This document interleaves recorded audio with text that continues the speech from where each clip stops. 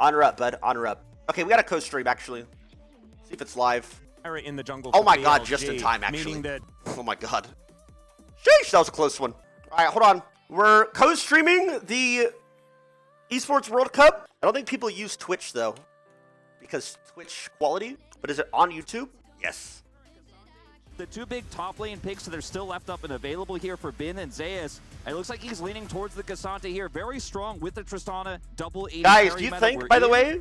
Gonna lock in this Nautilus first. Who do you guys think I met when I was there? Do you guys have any idea? We know Zeus loves to play range top into Cassante. Even if this Skarner pick is considered higher tier, you might see something like the Twisted Fate. To combat that, the Jax here potentially, he was covering the Gnar. BLG look like they're a little bit worried about this counter pick. They haven't made the decision yet. That's why they locked Relax, the bro. first. Relax. And I'm the streamer. Really giving this one a lot of thought, but it looks like it will be the Cassante in the end. And I would not be surprised if Zeus is happy to lock in the Twisted Fate in response. Even the Gnar potentially. Yeah, we'll see what it is actually going to be. I would have loved it if it was the Jax, because then we get Jax versus Black bar on my side? We get to see Zeus on his Gragas, because that has been a pretty key pick in the LCK as far as the counter pick to the Jax is concerned. We know Bin probably doesn't care about counter pick whatsoever. His Jax is just absolutely terrifying, but he's going to be taking the Cassante this time as Zeus. All right, okay, so we've heard about the 280 carry meta. All right, bro. The 380 carry meta, Wolf, because that's not even Vayne. Let me close that too. Well, we'll see what ends up happening here. Bro, did you know, by the way, when I was at Faker playing the Kai'Sa in mid lane, when I was there in Riyadh, bro, none of the NA teams got there except the day before. I think it might be Atlas because really? Yeah. What's happening like here? none of them. The Korea teams were there early, like playing solo queue. You're a genius. None of the NA teams were there. You get all outed over a wall, and then you just go back. You skid over the wall again. You're like, bye, Cassante. Thanks for the here. All right, what do we got, by the way? He's gonna have a great time in this match. That's why I'm banning Zyra also. Zyra's so broken. You can have a lot of power with the Sejuani there as well, as Zeri's damage output is quite high. Mobility is strong, so you can actually roam to the mid lane as well. It's more... Riyadh was more like NA. I heard Dubai's more so like NA. T1, the Kai'Sa as well with the Corki. We've seen Corki flex to the bottom lane. Whoa, skin gap. Whoa, we're leaking some shit here. What's on the background? Decided to put Faker on the Corki mid. I think this makes a lot more sense. I was on that stage, by the way. Did you guys see that mini video I did? Played and is getting a little bit more popular these days, but just so fragile into the Tristana. I watched almost all of MSI. To lock that one. So ultimately, going to be Zeri in the top lane, a new counter pick for Zeus. Because I was watching Sailor at the time. Kai'Sa, so a lot of follow-up here to that strong engage they have with the Leona and the Sejuani. Apparently Zeri's good. Yeah, I'm really interested in how this one's going to go. It's been a long time. Well, I've never seen swapping? a Zeri in a solo. Bro, wait. Guma's playing Kai'Sa. Okay, let's see how good his Kai'Sa is compared to mine. I just played Kai'Sa, dropped a 20 bomb, and NA Challenger. I bet he probably doesn't get 3 kills. I'm just saying. Trust me, we played with Guma when he was Worlds. He debuted on Gnar. His Gnar has been incredible, but at MSI, his Vayne was utterly terrifying. We played with Guma when Worlds was on NA. Trust me, I wasn't impressed. Where you need extraordinarily high APM. So names were wrong. I just can't wait to see what's going to happen here in the very first game of the EWC. T1 already cooking, and honestly, everyone's cooking extraordinarily hot here. Guma's Kai'Sa's 9. It's really heating up. I'm a Challenger 80 carry on all regions. And here we are, onto the Rift for the very first game. Both teams making their way out now. And I just hope that we're glued to the top lane. That's all I want, Wolf. For this whole game, I just want to see how this one's gonna go. See whether we get the. What? It's gonna be. Is it Zeri top? Yes, bro. It's gonna be so fun to watch. Actually, maybe I'll tune in and watch that. Says, don't stop it with the funny business. I'm just gonna kill you. Also, this mid lane meta is so boring. These perma push Trist Borky games are so boring. Leona pisses on Nautilus. Also, pisses. Nautilus can't play. Whoever goes in first loses. You beat Chovy on Scion? Yes, because I'm a freak, bro. I'm a freak. Wait, I gotta add on this Sejuani, so you're gonna need lane prio and a lot of control for Owner to make an impact in the lanes in the early game. The Zeri is definitely going to allow for that. The Kai'Sa lane with the Leona bottom lane also can be a power lane where you can get that advantage over the Ezreal. So it gives a ton of agency to otherwise very slow jungle pick here for Owner. Looking forward to seeing what's going to happen here as Ono was considering possibly crossing the river. A little bit dangerous as Faker is trading with Knight. You can see there are 3 members of BLG looking to go for a late invade towards Ona's jungle, and I don't think Ona has any idea what's going on here. We'll see that ward go down. Probably knows that something is Yes, coin flip the game. I love it, bro. I love it. No early wards. So disgusting. I mean, with Elk being up here, no early wards. Why are we autopiloting? Hold on, I gotta change my stream title. That's a big flash. Oh my god, is T1 trolling? Bro, sup gap, by the way. With these lane swaps, it's okay. Gear up because you're up 3 CS bot lane. Be the Zeri matchup into the K'Sante after all, with the lane swap coming through here, and it's just going to be Zeus backing away, but this is going to be a horrible start here for Owner in the jungle. We'll just go straight over to his blue buff, and Ben decides to back and teleport to the bottom lane. As you can see, already gotta change that. All right, we're good. Turret by Guma and Keria, but the Kai'Sa isn't going to wreck turrets too quickly as whoa. Yeah, Keria already taken a bit of damage. My god, here, but wait, did he just claim TP bot lane and get one shot? Possibly regretting. Why do I see that normally? Bro, that I was watching EUS, LEC, and Broken Blade did that. They lane swapped, he egoed the first wave, did it, like sacked it, walked up, died, TP back, died again. Top laners, bro. Top laners. Some of this jungle as On has become a second jungler here for sure. I hate this lane swap meta, by the way. This shit's so lame.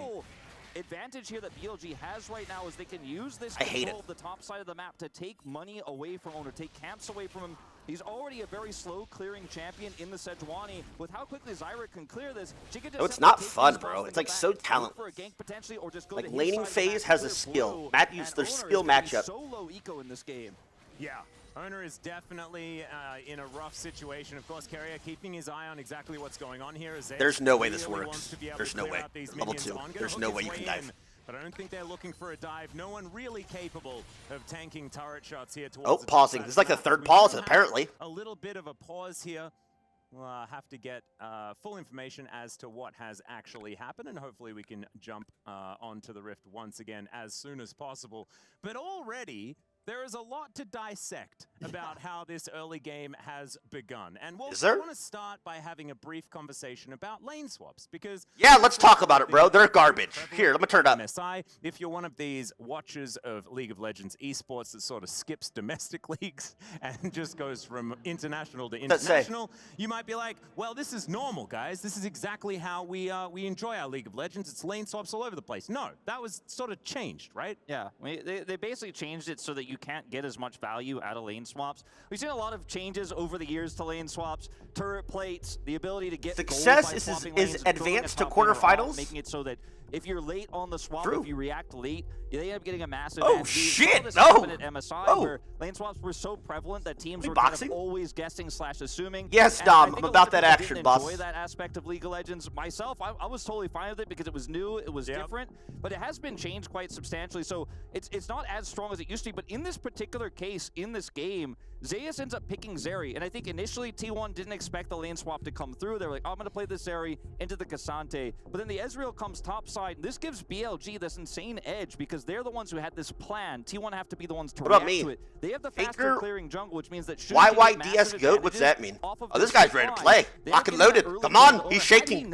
Had he been able to react, or if he was able to back off, for example, get out of there. How do you pronounce this, by the way? Is it Bilibili? Both caught, and his jungle is taken away. So huge advantages here to the side of BLG. Now, we might get a replay, I assume we will, of what happened when the teleport came through. It was probably just a follow-up Zenith Blade from Keria. Oh, it is? Nice. They burst down the K'Sante. Yep. That was a bit of a blunder. He wanted to greedily you played chess? lane to pick up that farm as the wall was crashing. You a chess player? Dying for it. Give it up, bro. Let's play. 1-on-1. Took him a long time to get back to lane. With the turret shots coming Aren't there storms you're at? Soon. It's supposed to storm really bad here later. Be as big of an issue as it could have been, but that's what you get when you dive into turret level 1. No, exactly, and they managed to crash the wave as well. So losing all of that experience at the same time. Watched at chess, dude. I was gonna play on the plane, right? To Gumushi and Keria, of course. It was like I was traveling for like 24 hours. I was gonna play.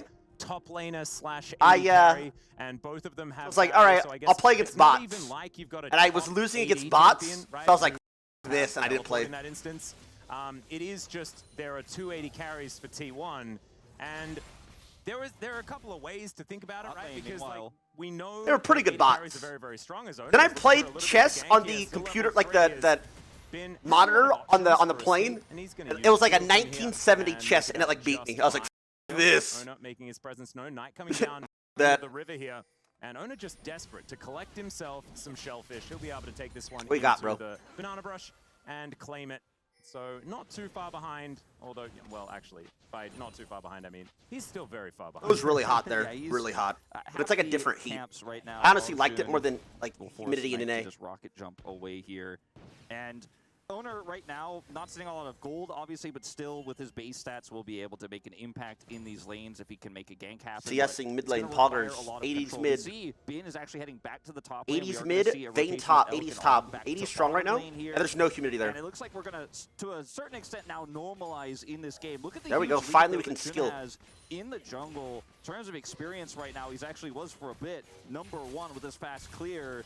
And what Zyra can do with this, if you have a little bit of control, post 6 is set up dives in the bottom. I mean, I play all these champs, bro. It's just too cringe to watch. To that critical level 6. Like, I'm a God mode Ezreal, God mode Kai'Sa, God mode not. Yeah, this is God mode Trist, God mode Quirky. Because, of course, Shun can assist dives. Feels much better if you've got the opposition right there underneath your turret. So, T1 giving the respect as you would expect there.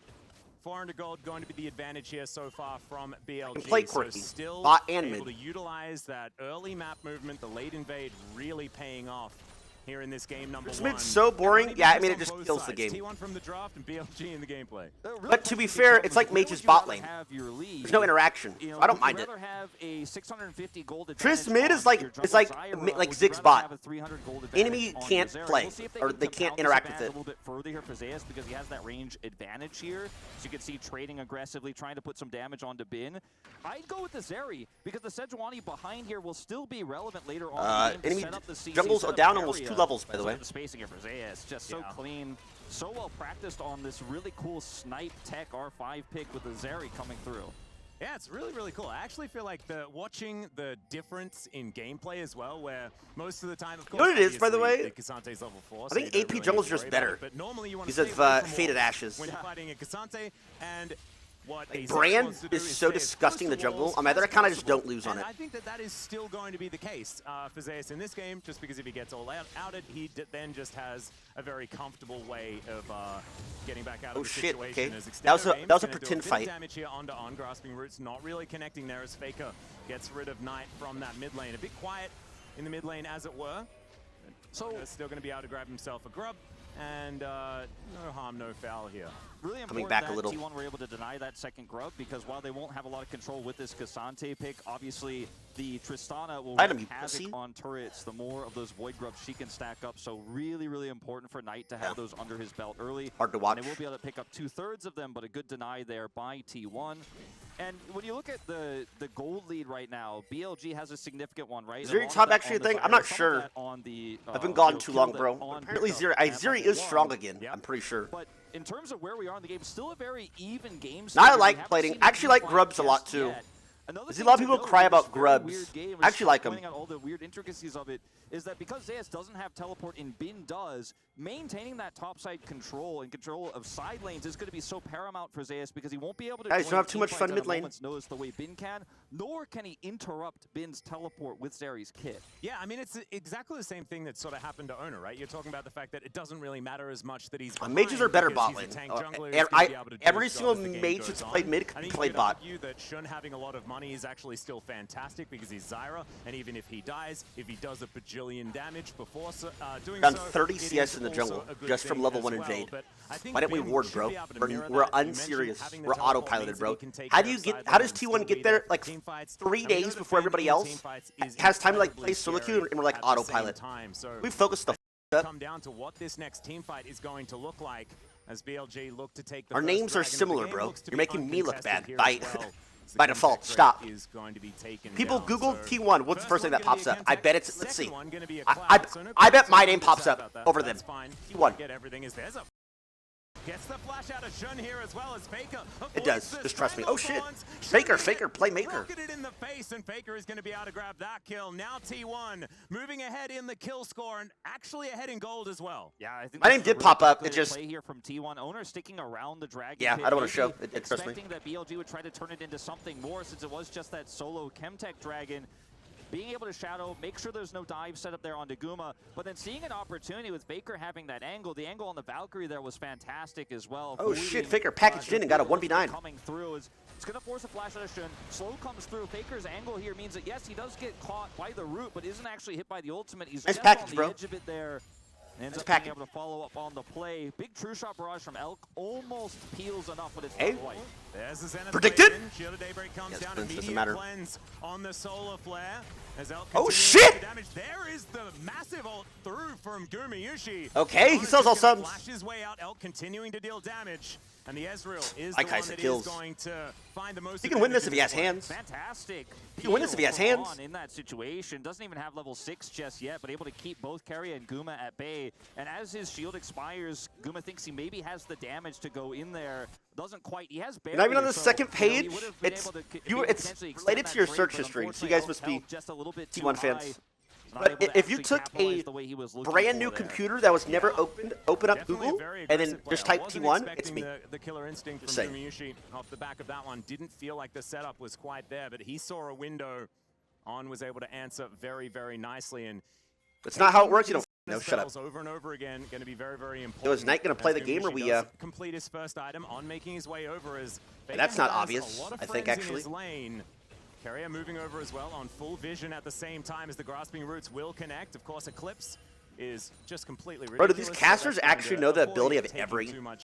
name, like every ability BLG. name? You think they like study this Taking shit? control once I've been again. playing League for Keria, 15 a years good almost. angle here. So I could probably name They need to respect this, and I don't think they can actually four break through abilities. this choke point anymore.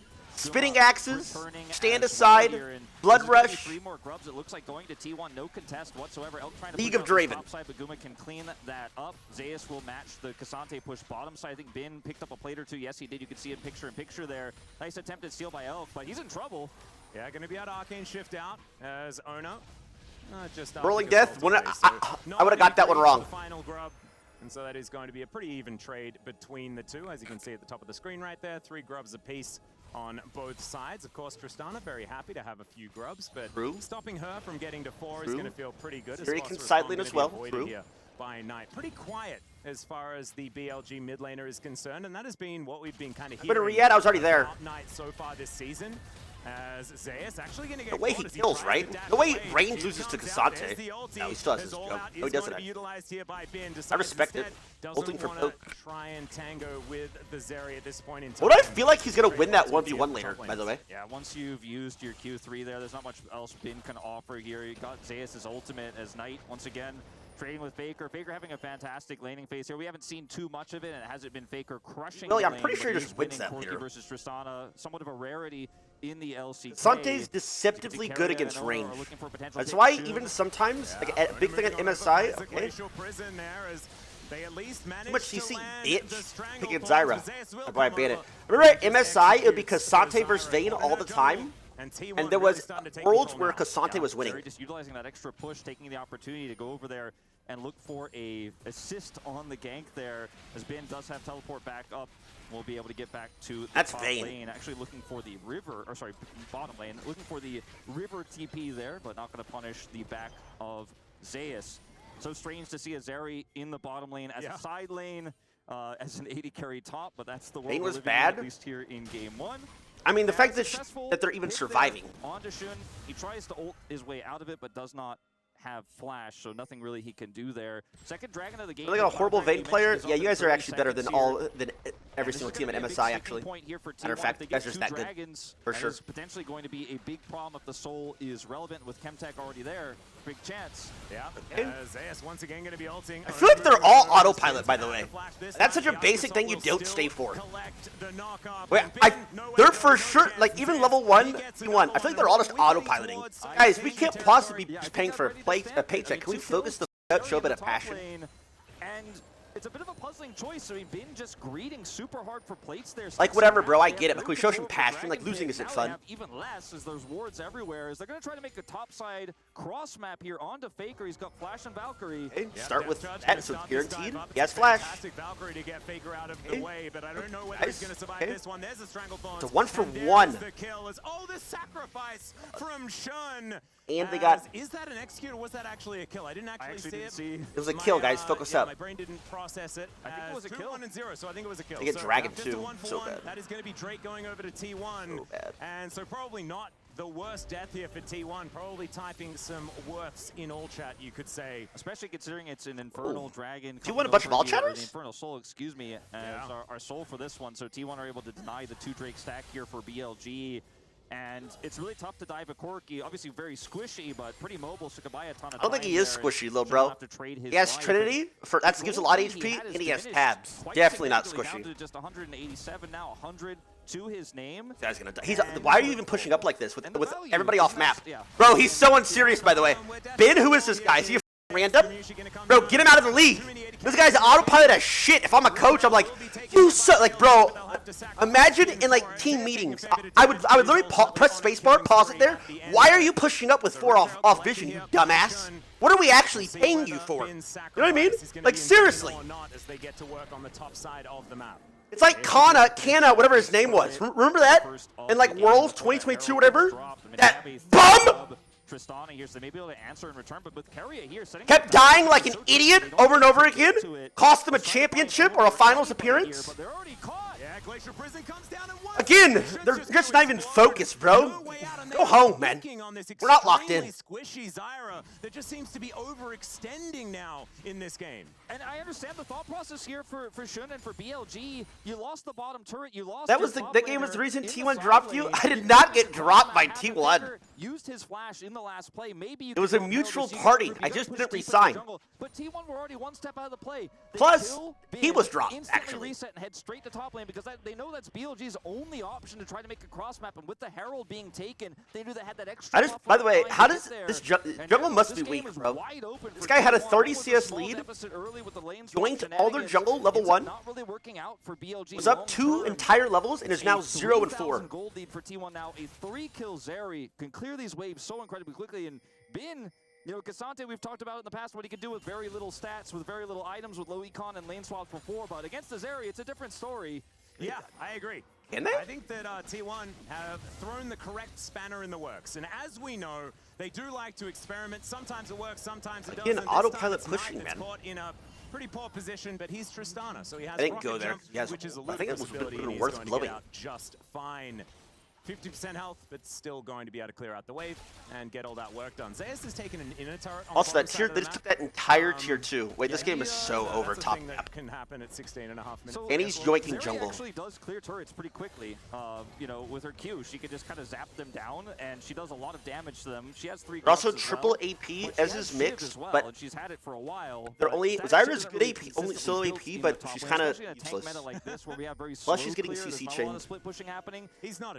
But I think Leona's so good right now. We've just got 2 AD carries. That's just how it is. You mean 3? Sorry, yes, 3. I don't know. Yeah, I mean, team is perks on C9, right? I can at least conceptualize it. I can't conceptualize Azeri as a top laner. I refuse. It's just crazy the value he's gotten out of it when given those kills by Bin. I mean, been really trying to greed for some plate gold there with the deficit he had. Right, guys? You can understand the thought process of why he would want to push up. Thought T1 were gone, but those 3 deaths really stacked up against him now, and you have a fed Zeri who now already has shield bow online. How do they ever kill Zeri? Minutes. How does she ever get CC'd? Nautilus ult. Insane wave clear with the Shiv. And there's Corki that's so powerful in the mid game with Triforce.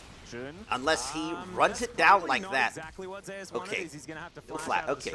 Unless he just gets bored. Oh, all right. Able to sidestep the glacial prison. I say. So Azona is probably going to miss that one. Actually, as True Shot Barrage is going to sail towards Faker and Carrier. Adding that damage dealt there. Any of these minions, and I don't know if he had a flash or not. He didn't know where anybody else on the team was. Will go down. So Faker and Carrier getting themselves some play. Dude, I'm not lying. Getting bored is an actual weakness.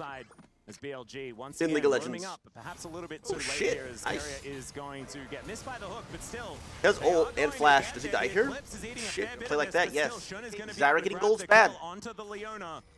And BLG answering back, trying to bad. take whatever they can. Three of here on the T1's rift that is champs left have to for run them. in. Bin taking some damage Zyra's from good Zayas against once again, but people he's that have just to run gonna in. dash himself away. Doesn't want to mess with this area at all. Finally, the Herald maybe going to get something done here in mid lane. Still a pretty healthy turret. We'll see how much they can take out their whole group. Yeah, that is going to be a bit of an interruption here as Shun is able to land the grasping roots onto Owner. He's going to flash, gets himself out of there as Faker teleporting right into the thick of things. That's serious Zayas gameplay. is turned up as well, and Faker kind of frontlining on this Faker? one. Taking Mystic shots, True Shot Barrage is Oh going my to get god, flashed guys, by can we Faker. lock the in, please? Respect, that thing does so Lock much in! damage. Great usage of the Herald here to set up for the Dragon. Faker, unfortunately, basically tanking all of that aggro to save the turret there. Isn't going to be able to make an impact. Did back. Of course, doesn't have TP anymore. Flash now down, and BLG will be able to take this one away. A great play. I don't know, that little 5v5 is like, what are they doing? Guys, this isn't too serious for us. Think about your fans, man. Think about your fan. Outer turret in mid lane as well as that Dragon.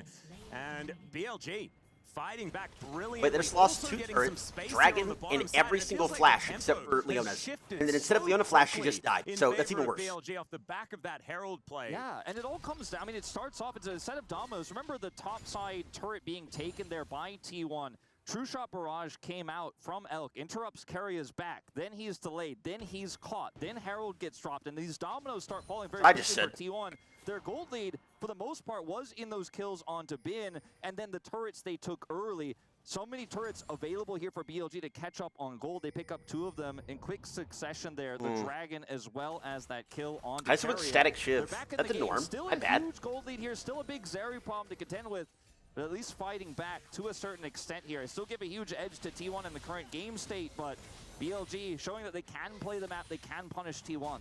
Absolutely, and I think that if you have a look at what this is going to turn into in the late Aren't game as LPL well, teams I good do at think team that fighting or BLG's some team bullshit? fighting is going to be absolutely terrifying. We know Tristana does so much damage as this game goes on.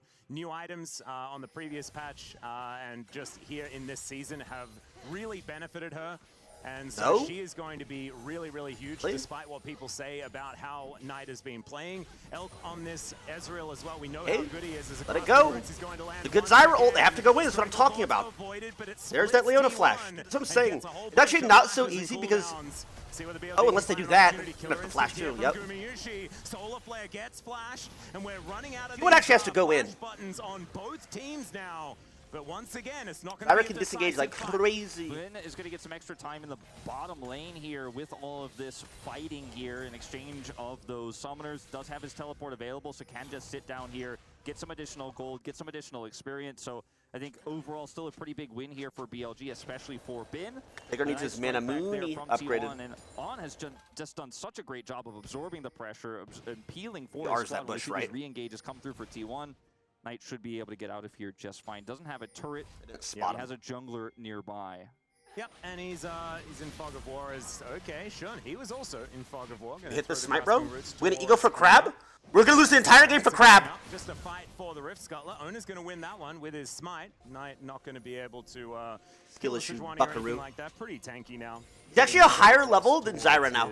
Warmogs after that Zeke's completion. Jungle is True Shot Barrage just checking to see whether there are any people in the Tri-Brush. Now, it has been an LPL classic to start early Barons with this Zyra jungle pick, and I don't think he quite has the items just yet to be doing that, but they do have a lot of control over this, and T1 need to continue to group here. Faker, no teleport just yet, but coming up soon, but he has to rotate over, and BLG is fishing for a pick, fishing for T1, trying to Zyra clear needs her vision, plant threatening this nerf Baron so here. bad. It's going to allow Hold them down to on take him. out their third turret of the game here. And I gotta say, BLG from a pretty massive deficit have used this teleport that Bin's been holding, have used this control of the top side of the map to gain pretty significant Increase the advantages. bitrate. I'm at T1 have been a 8,000 little bit bitrate, slow to brother. Oh, respond. maybe my HD You have settings. 380 carries, but you only have a front line and a half. With that Leona, obviously you can tank a decent amount, but it's really hard to set up those engages for Kai'Sa when you don't have control, when you don't have vision. Bro, I'm pretty sure I'm over This Twitch is a thing cap. that T1 have done for many, many years as well. It's picking for lane. It's making sure that you've got these answers to really get yourself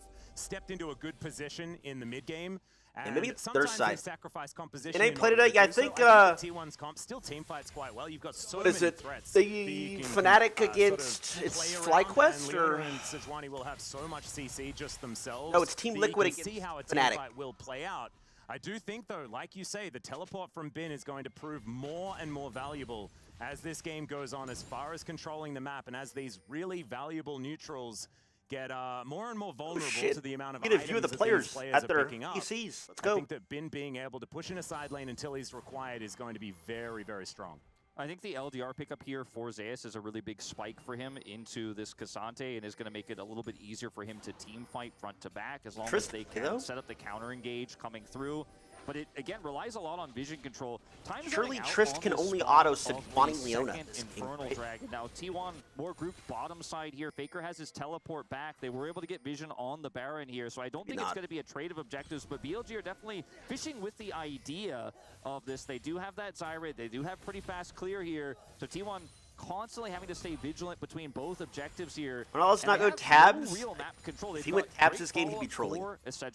Everybody on their team's mixed damage, or they have a shit for the CC. Got some poke coming through from Guma now, but very easy to hit CC. Full control for Baron. Shun is going to annoy Baron just a little bit here, who's just going to be one-shotting these plants. Does get rid of them.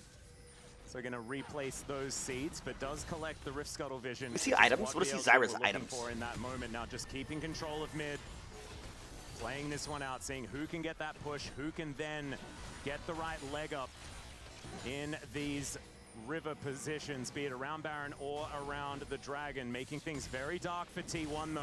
Yeah, you can see the Observer showcasing how little vision there is here for T1. It really be like that, huh? Ezreal ult is significant. They have here. the pit blue trinketed. Elk is just kind of playing with his range advantage right now. Zeri, Honey, bro, it's hard to go in. Obviously, outside of her extendo beam, but Elk can continue to push these waves through. And T1 just aren't able to skirt around. And this buys enough time now for the Dragon start for BLG. So Tristana, another power of Tristana, she can do Dragons very we gotta focus up, guys. Zyra. Zyra's so annoying. But they don't have the speed to trade this, so they're unfortunately just gonna have This is literally why I'm banning her, by the way. Mid-prio that T1 has been so far behind on, you can really feel the weight of the lack of teleport here for Zeus in this game. Oh shit. No, I agree. I actually think that it's like, bro, she's 1-4-1 and she's zoning like a monster. For T1 makes a bit of sense, and BLG a little bit more decisive with these plays in the neutral. Now moving towards this top side, and what we want to see is a little bit more of the T1 we saw in the early game, right? The T1 that was making proactive plays, that was just going for it and pulling the trigger. That's what gave them their initial advantage. Just and fight. Now they're trying to hold on to it instead of It's not easy. Everybody can get out of their gates. This is not an easy game. That's going to get some extra vision, which is, I assume, what it was. Like, how does Leona... Leona can't get on anybody except for Nautilus. Ezreal E, Tristana jumps. I think if she gets on Zyra, Zyra blows her load and nobody else can follow up. I think it's actually just kind of fucked. We'll see though. With the autopilot. He's the one who could be far from Baron, whereas otherwise you see T1 are just constantly grouped, constantly fighting for vision, which means Ezreal gets to keep pushing these mid waves in, and it's a oh yeah, I forgot Twitch chat is 12. That BLG is winning. They have gotta haunt everything. Drake advantage, so that's some additional stats for the Ezreal poke as well, really starting to be a big problem here for T1. With a gold lead, it looks like T1 are in a great position. 3 items there, but we're just not having a straight up 5v5 fight. BLG are not allowing it. Yeah, Owner now possibly like right there's a fight angle. Carrier there, but there's no maybe, real damage follow up but they don't know. Some plasma and everybody's not around. Like here is at the one-shot Nautilus. And the Void Seeker not going to connect. Hook as the re-engage does come in. Oh my god, they lost. Decent, but the shutdown got hit by everything. It's not. BLG. They might use this to start off the Baron, at least Elk. That's what he's decided he wants to do. You have to one-shot Nautilus. Seeker is going to make it seem like it may as not Warmox be is the going to best heal it all up. decision to make. And BLG looking for a turn instead. Ice is strong. Poke coming through here as the more you hit, the more you can throw. They don't know. They have no vision. They don't know if they're on it or not. They have no idea where nothing to do. It's going to be a wait for Zeus to come back up. 25 seconds on that one. Yeah, no teleport, no barrier for. Look at all those plants in the pit. I hate Zyra. From Guma here, the accuracy of them good enough to actually deny BLG from starting this up, but you know, Atlas told you already, Zeus, you're not a top laner, you're not a tank, you can't be that far up on Zeri into a Nautilus. He got punished so hard with his positioning there, again, it's not something we normally see Zeus play. In fact, we've never I mean, seen I him think play BLG has to mess up. Here. He's pulling it out at the Esports World Cup. It gets punished his first. They can keep doing nothing, getting to objectives first, and just denying everything. And eventually they'll get sold. And that's a lot of money going over to the carries of BLG as well. Elk gonna go. Tyler kind of like Heimer and Shaco. Heimer turrets cooldown is forever. It's not like Shaco or Zyra. Gumiyushi and Elk is who I'm referring to there. Zeus has had 3 items for quite some time. But Nash's Tooth and, of course, the Ginsus and Static Shiver are Heimer cheaper sucks. than what has been put together here by Elk so far, as T1 possibly looking for a fight. They gotta on. one-shot him. So That's the only thing they can do, like right there. 3 on this Nautilus, and he is feeling like an actual tank. Yeah, it's looking like a Senna Nautilus situation here with how well On has peeled this game, how incredibly well he's played around these choke points. Sendo Beam gonna hit him pretty Their hard. poke's kind of strong, actually. Don't let me get his Warmogs. You know, meanwhile, Elk continuing to control this mid lane, out-pushing the Kai'Sa consistently as he just offers more and more poke. Even with True Shot Barrage, you can see these Okay, Qs. now we got there we go. Gotta one-shot him. It's the only window. There you go. They listened. Let's go. Finally. Taken out there, so Not rocket science. on the side of T1 into 1 killed on the side of BLG. BLG weren't able to push the envelope too far after their last pick. We'll see what T1 can do with theirs. It's such a neutral. I mean, I still think they can get anything, but that lets them get vision. It just continues to rotate, and 1 pick alone isn't enough to actually wrestle it back. In fact, it's often the team that gets the pick that uses more resources than has to pick up some. You guys had items, backseat the other team AI, doubles by it the way. back. We're just They would have known that constantly way sooner. playing True. around the Rosie here in this river brush. BLG now taking their back timer. T1 will rotate over and grab control. I think they're listening. I think like Faker has my stream on like his cell phone in his lap and is wearing earbuds under his headset listening to me. Yo, he's listening. Yo, what's up, Faker? What's up, big dog? Curse. But this really reminds me of the old, like, when Shiv first came out, we were seeing everybody build Shiv, and it was Shiv LeBlanc in the mid lane. It was just teams trading waves against each other. Does feel like that a little bit here, but BLG have constantly maintained that control, and the gold lead has shrunk ever so little. Every single one of these rotations, BLG is getting the better trade of it. T1 no longer really in the driver's seat.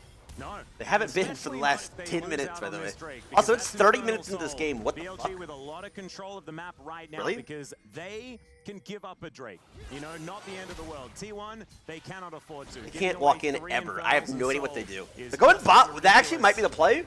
Go bot river, but then they can just go mid to Baron and threaten Baron. They're going to be fighting for the death for this one. As let's see who's going to be able to take it here. This is actually their only chance. And these Void Seekers also. Oh, we're getting player cams live during the fight? Okay. That's best case scenario! There's a killer instinct. They take down the jungler, but can they win the fight is the question. Yes, they won easy. Trolling, by the way. They wiped him, by the way. Wait, I cannot believe they didn't go mid to Baron. Who's that? Oh my, what the? Yeah, Bin's gonna win those as he walks into everybody else is dead. We should get Baron, right? Still, it's gonna be a 1-team fight. Wait, that Leona engage was nuts. Yeah, T1, they win more than just the dragon. They'll actually hit it perfectly. You lose a support, you lose a pseudo top laner in Zeus' Zeri. It doesn't matter though, T1 have the damage to rush this Baron down. There's no one left really to contest. Only Bin stands on the graves of his teammates. Look at how this fight sets up. Well, that actually, he got both of them. An Ezreal late one shot their jungle though. Didn't even get ult off. That's so big actually. Okay, Kira, I see you. Actually turn or carry. Bin is denied entry back into the fight. This might have been a bridge too far. Unfortunately, Zeus walking straight into that Q3. But a great target selection on Dishun, taking the Zyra out of the fight, guaranteeing the dragon, then having that follow-up, making sure Knight just doesn't have any agency, no way to pop off. And it's, yeah, Guma feeling pretty good about the secure good guys? Sorry, holy shit, look at that damage. Yep. Top gap or what? Own up looking like he just managed to. I don't know, jungle and AD carry not playing. Baron going to be up for 2.5 minutes here.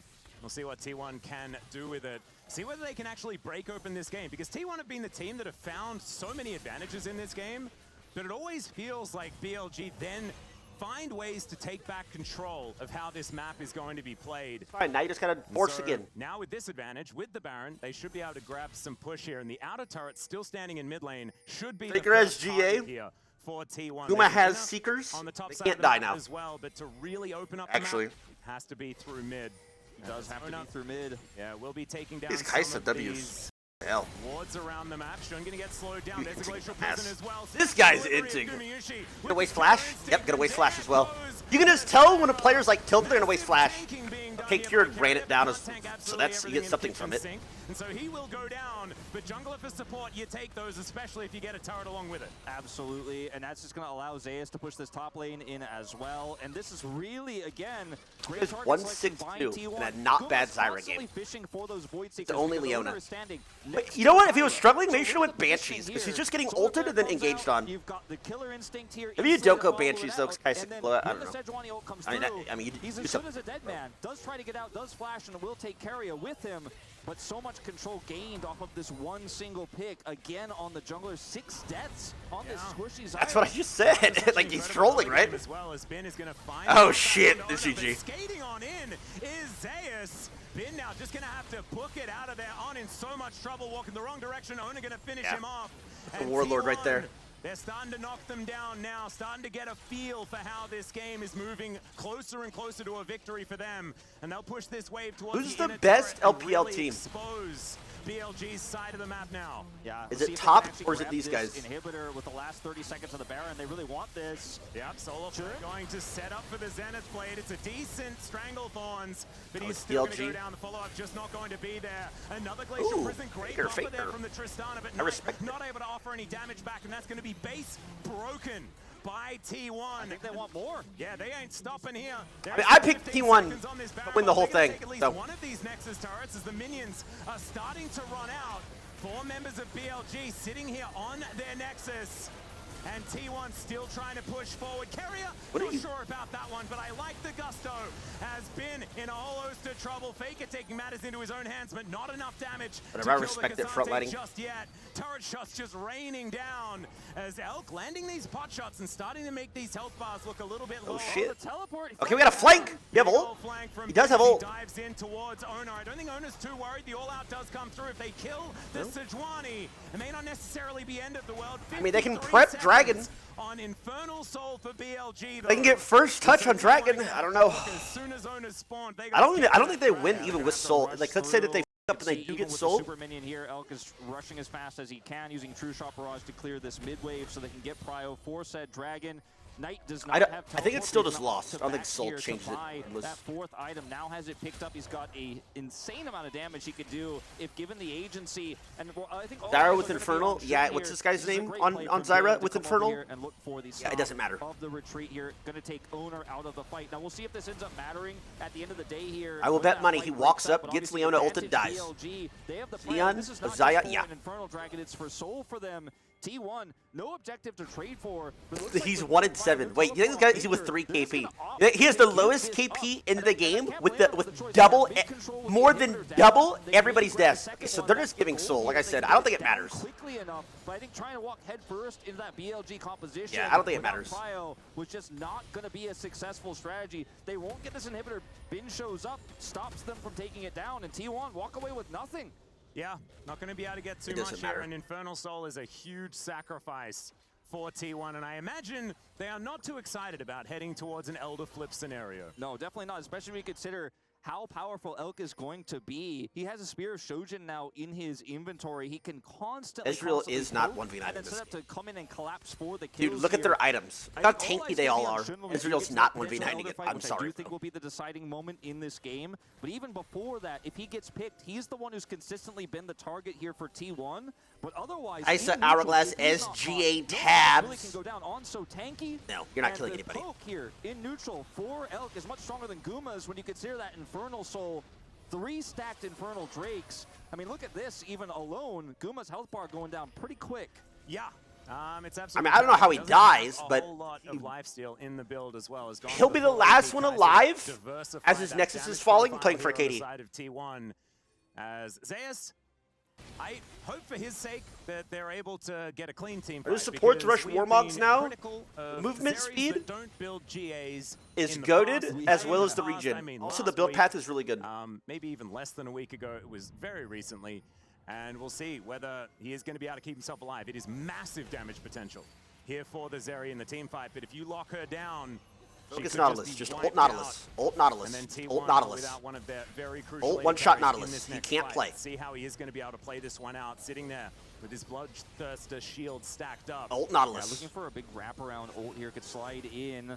Just trust me. Shin's positioning here relatively risky on the right side. And they ulted Nautilus, but bad timing. Not quite going to land there. Neither is the Glacial Prison as BLG able to get themselves. Okay, now you have an issue. At about 50% health, but he's okay. He's not too Oh, there he goes again, running it. Just ult him. Ult him. E out and Viz. Has Shun able to walk that one off as well. Still T1 winning in the damage trades. Yep, you can hit every single Void Seeker onto squishy targets like Shun. I mean, this is going to really start to stack up. Corky Poke, not as strong as it used to be, but still relevant here as T1. I mean, the weight of the wallets, you could really feel it. Shun just trying to back away, get some healing. They're going to start should the melt it, right? It's going to have to be a clean and oh my! What the f was that? Oh, wait a minute. Wait, I think Zeri's going to die to K'Sante. Can we get a view, a double camera of that top lane fight? Oh! It's not, oh! Wait, and he didn't get Zeri. That was actually really close. They all live with 1 HP, unlucky. And T1, it's another team fight, and this one could be the end of the game. Looks likely they're going to push down mid here. You see Zeus pushing top side, but he doesn't necessarily need to. He could just rush to join his I'm not gonna team. lie, that was Kaisa Gaming. I don't think he missed a single W there, by the way. Between T1 winning the first game of the World Cup. That's a big old flash forward. Shit. His Knight's going to get slowed down. There's the Glacial Prison. Set him up, and you knock him down. Carrier and Owner with some great initiation. My favorites. Let's go. Game one. Let's go, boys. Good job, guys. Good job. I gotta go back in there, talk to him real quick. What a game to start it off. Top Zeri, lane swaps, crazy comebacks. I gotta say, on one hand, I almost was more impressed by BLG's performance in this game as an overall big picture, considering how far behind they were, the picks they found, how well they played around lane prio. But T1, the target selection again was so good, punishing Shun in those critical moments, bringing the game back, ending it there. The team fight that was super clean, and going way too deep onto one of 380 carries was a bit of a mistake, I want to say, for BLG. Didn't quite work out, yeah. Ladies and gentlemen, we're going to take a short I just gave him a couple pointers. Boys in the studio, break it down. Just gave him a couple pointers and things to work on and do. So next game should be easy.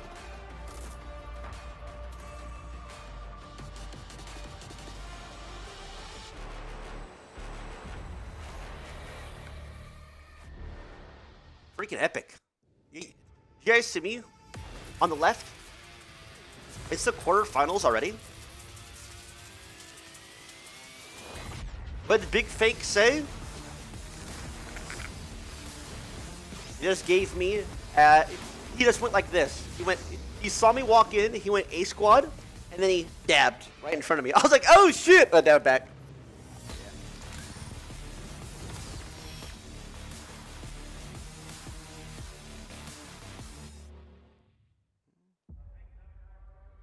Is that there? Oh, heck yeah.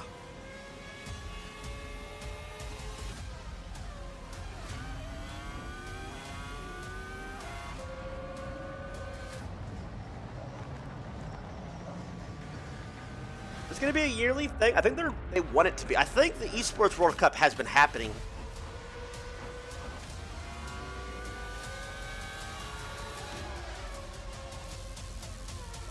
I think it's just the first time that League's been in it.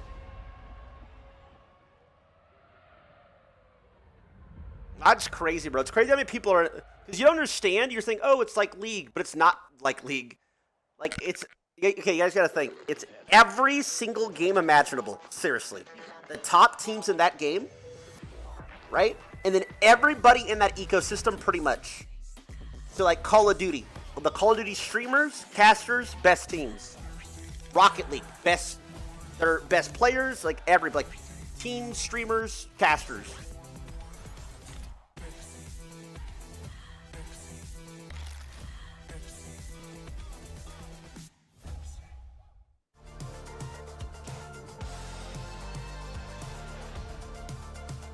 A medical partner.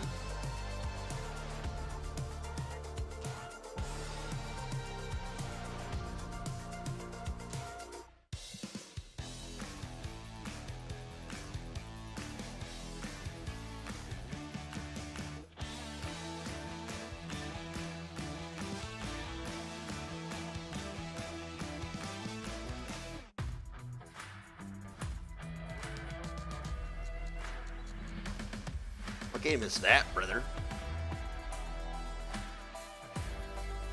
G4 to 30.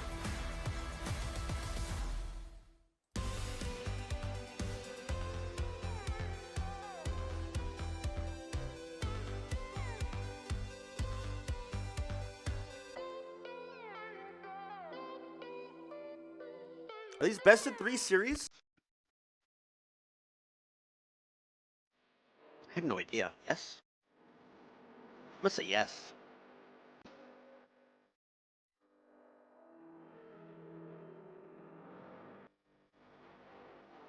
I'm gonna say I can't imagine they played non-best of 3 series.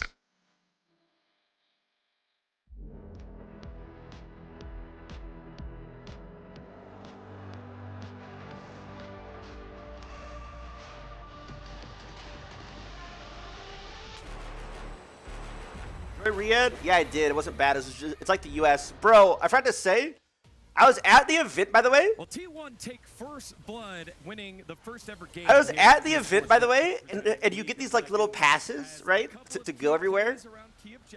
Bro, since I've lost a lot of weight and I had a haircut, one of the guys stopped me and was like, looked at my pass, looked at me, looked at my pass, and was like, not the same, not you. And he wouldn't let me in. So my manager and stuff had to tell him I'm the same person. I was like, what the f? That was a hair gap? Are we serious? Good start here for T1. Yeah, and I think you can see why there's been a bit of a rise of red side priority. Gone, what up? Okay, we've seen that quite a bit because this counter pick potential can be really punishing. Lane swaps haven't been seen as much as in MSI, and we got one this game to try and counteract it. And honestly, BLD did a decent job of navigating it, but still fell short in terms of. I bet you acted like a diva. I am not. Yes, I was like, you know who the f I am. I'm not. I don't do that, bro.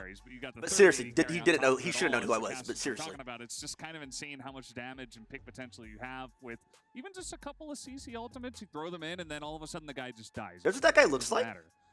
What they're doing or who it is on the opposite side. Yeah, let's take a look at some of the highlights, and I think we have the draft to kick things off here. Yeah, here's the draft. Zeri, again, a highly coveted pick, but now being flexed to the top side of the map here, Ox. Yeah, and I you recognize a lot. Actually, I did. For the Vayne Hobbit as well, but essentially it's a mobile AD carry. There's gonna be able to free farm into the Cassante, and that Trist was a non-factor, by the way. And BLG had this great idea where they went for this lane swap. How can you lose after this, by the way? Nerfs, we didn't necessarily expect this. Owner definitely didn't. They're not only shutting around the jungle, but On actually looks for another opportunity. You see, he tries to move in. He's like, there's no jungler here. I've got smite. Maybe I can get the Krugs. And he actually ends up dying for it. And the reason this is so punishing, if you look at the mini, how do we lose the game with this lead, by the way? Shun is doing his red side jungle. He then crosses over to take Owner's red side jungle. We finished the game 1-7, or was it 1-8 after that? Do see Bin get dived as a result. It does get dove. They were talking about this during the cast. The teleport comes in, and it's a little bit close. You know, some damage going the way of the wasn't members, but it definitely does set Bin pretty far behind, and then eventually the Zeri kind of pops off in a big way in this game. Yeah, and this one was, again, we sort of saw the momentum that had been achieved by Shun. It was looking positive. They had a gold advantage. That was a good play. The vulnerability to Zyra is you are a mobile. After this, it snowballed. I think did a fantastic job using the ultimate to consistently find this pick potential and really claw their way back into it. Yeah, that was the play that then T1 took the lead. Then here on the top side of the map, a little bit of oopsie as Herald gets taken. Yeah, the Herald does go their way, and you know, you saw some picks go in the way of BLG in this one, but this was really a big moment for them because they were coming back in this game, actually, in this mid-game. They were down like 5,000-6,000 gold, but just kind of one by one the dominoes fell because people... Oh, things were so winnable here. The Herald came in, took down the turret eventually. You said you are 6 feet 5 inches, right? Did go the way I of watched BLG. your intro for EWC, right? Why were your feet unable to touch the ground on that couch you were sitting on? It must have been a tall couch. But the Ezreal at this mid-game point could just kind of stand there in the mid lane, constantly fire off harass. It's really hard to challenge him. And this passage of play between the Herald, it's a free Zeri lane. It's like the Vayne against Cassante.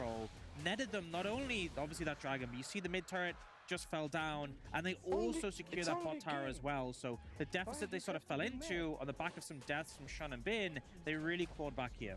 Yeah, again, showing the nature of these two squads and the back and forth game that was happening here. But this is the fight that they lost. They should have just pushed him in and went Baron. You're so newbie.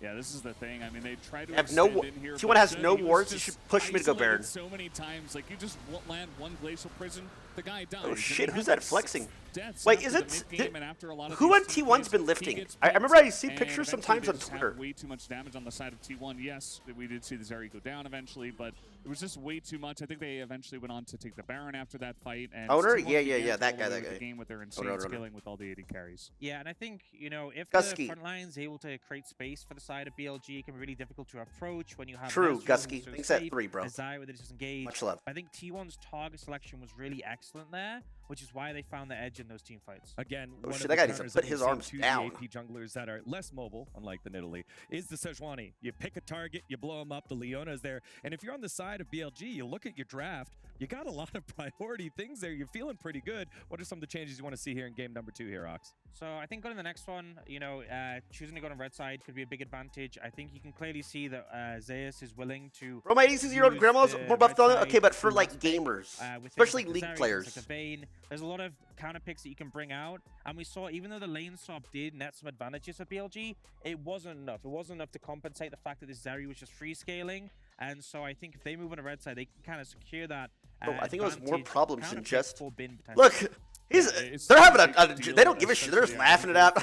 Not before or after the game. Is this now or what? I think it was before the game. Tricky with some of these drafts, and it's only a best of 3 here in quarters. So You guys trying to go home or what? With their backs against the wall, it's a very That was rough before, format okay. to deal with, right? Where there's so much pressure now. T1 were just able to pull out this very weird combo with the 380 carries, with all this flexibility that they have with their players on the red side. I do agree with Ox. I think they kind of have to try their luck on the red side, see if they can throw a curveball into T1 and try to bring the series Tyler back. casting, Yeah, definitely. just One blow of him the up. What the brutal fuck? That's not what I aspects said. of a best I of love it 3 long. format. You don't have a lot of time so, to Kova. experiment. If a team has been cooking something up like a Zeri top, They got makes it reality check. very, Now very they're gonna difficult. stomp That T1 Kai'Sa 2 last pick games. again, I surprising forgot T1 has a lot of everyone, haters, some of the kind of just like me. surprising some of our We're so co-streamers relatable. as well around the world who are watching this one. For People hate T1, the greats. again, People hate the it's greats. been It ain't so easy. much success on the international stage. They find ways to continue. They hate us to because they ain't us, innovate. bro. It is what Did it you is, T1. expect I feel the something same like thing, this, brother. Valdez, where they had something ready, especially given the fact that they lost to KT earlier last week?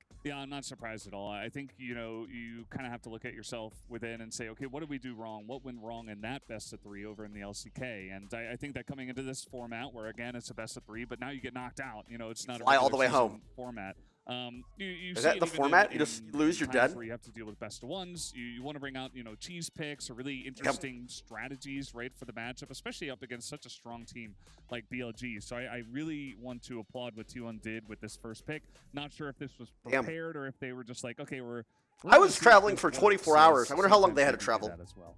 Yeah, you could see the players on the walls there, the teams on the walls, and how the contrasting team rooms are. We're about 90 seconds away. So final thoughts here on game number 1, what you want to see from game number 2 for both these squads here at the first ever esports World Don't Cup lane here. swap, guys. Yeah, I think typically T1's been successful when they're able to play Skill through check it. strong either top or bot lane. We saw that kind of here, or the other top lane advantage. But the time when I really thought that BLG had a massive edge against them was last year's MSI, Asia's where closer. Shun was able to impact the bot lane and drive that 2v2. I feel like as a trio, the bot lane and Shun are Oh, so good at Sun second Kite. dives and really punishing. And Guma Carrier have been known to struggle against that before. So maybe finding a setup where you don't want to lane swap, you go for the traditional lanes. Their and flight is looking to 11 punish them after hours. that. So Yeah, that's not Valdez, bad. is this a product of the meta? Do you feel like Shun, who's normally good at suffocating and helping his team get ahead around the map, being hurt by this AP meta jungle? I mean, you know, they picked the Zyra first pick for a reason. I think they had a lot of faith. Yeah. in Shun Wait, to it was kinda come Zyra here, first carry, pick? affect the map in a big way. Maybe they saw this curveball and they weren't sure. Brother, with the by the first way, pick, if but I'm on their starting to team, super good I play, am like, he flaming was it. Like, we affecting the might map. have He a had fight very in huge lead the in the jungle, but it kind of team all fell room. apart very They quickly, first so picked I do Zyra. think you have He to play went through him once again, but 1-8-2. They need a new strat for game 2. All right. Lowest well, KP in the again, entire BLG's game, backs against the double, walls almost already triple as everybody's T1 deaths in have the found entire a victory game. in game number 1. Will they With find a another one in lead game early. number 2? We'll find out. What do you after even this say? Short break. Don't go anymore. More EWC after the bit.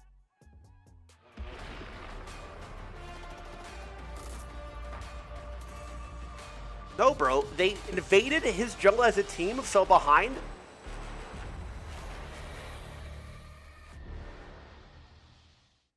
Hi everyone, this is the STC STC Gaming Hall check-in, where STC Gaming Hall is a huge sponsor for the EWC event. I'm hearing Let's two take things. you around because this is all very refreshing and new to me.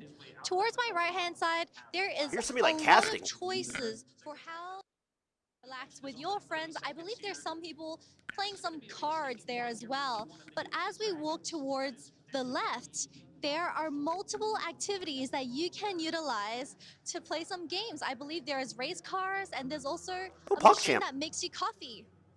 But the most important thing today is that today's main theme is League of Legends. And towards the left-hand side of this building, we have a huge setup for 20, 30 people that is free to play, and you are more than welcome to join in to experience how it is being a professional player for League of Legends. It starts at 11 p.m. and you can bring your friends who are aspiring professional players and see what it's like to be in the spotlight. Oh, sweet.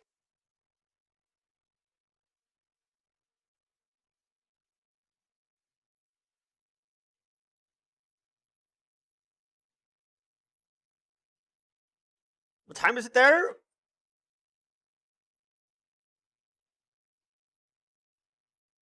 Like 8 hours or something in the future?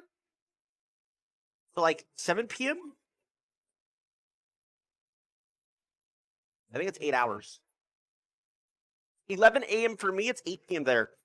Not in the future.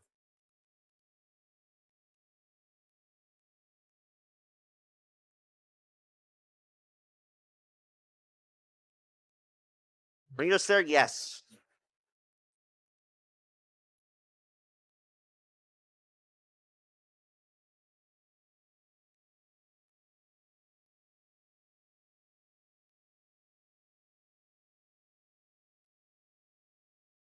How long was the flying time? My flight back was I had 2 hours, then I had a layover, then I had a 16-hour flight. Then I went to Dallas and I had an hour flight to Kansas City.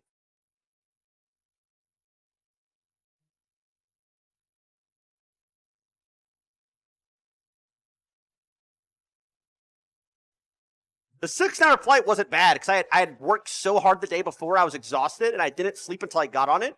I slept for like 12 hours.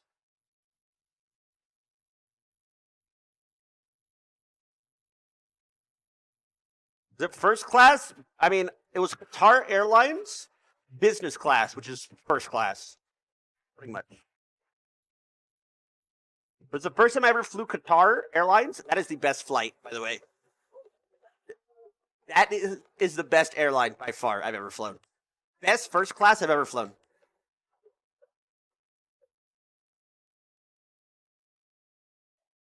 By far. It's not even close. Not an ad. Not an ad. I swear to God, not an ad.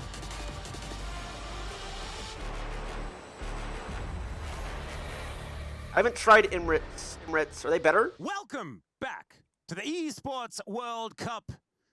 No, it's not as good. I can't do it like Tyler. I just can't do it like Tyler. We are getting ready for the draft for game number 2. BLG like me. Right back against. I got name dropped. At the hands of Zeri. Let's go. In a game like that, I think it's very easy to look towards Shun, and he went 1-6, something like this on the Zyra. It didn't quite work out. He's talking about my intro yesterday. And I think come back! That you can look towards the fact that, Bin teleports to the bot side of the map and then dies instead of picking what I up said. all that experience. I think that was the main moment. It was my intro I did yesterday, in case you guys missed it, which, by the way, was wild. That we can see a cleaner early game from BLG. When I say they had me working like crazy, by the way, mid-game where they can actually have some control, because we like literally from the time I got there, I was like doing stuff for like 12 hours, literally nonstop. But they were just like throwing things at me, by the way, like, yo, go do this, go do that, go that. So I was whatever. I went on the stage for when I introduced the league portion, right? They gave me a paper with like 3 bullet points. No, with like 7 bullet points. It was like, okay, you got to hit all these. I was like, okay, do I have to do an intro? They're like, yes. I was like, do I have to do an outro? They're like, yes. They gave me no time to prep, study, or anything. They just threw me on stage. I had like 3 minutes to figure it out, and I drilled it, bro. I'm a problem. It's going to give you that opportunity to take a very, very strong counter pick in R5. But at the same time, so many prio picks for first pick are really important here as well. They will take us to red side. Not surprised by this in the slightest. Well, the hardest part is making it, doing filler, because if they say, okay, get on stage, we gave you the 7 bullet points, come up with an intro, come up with an outro, and you have to make it last 60 seconds. I was like, all right, guys. So I got on stage, just spewed some stuff. First time, 30 seconds. Isn't necessarily intuitive. Second time, 35 seconds. Right? You don't necessarily know. Third time, like whatever. Then I finally got to 50 seconds. I was like, bro, I can't add any more filler. Plus, remember all these lines, please. It's really hard to I have to study for that. Having that first pick, getting that really strong choice is going to be the best thing, or whether it's more about my camera's in the way. Apologies.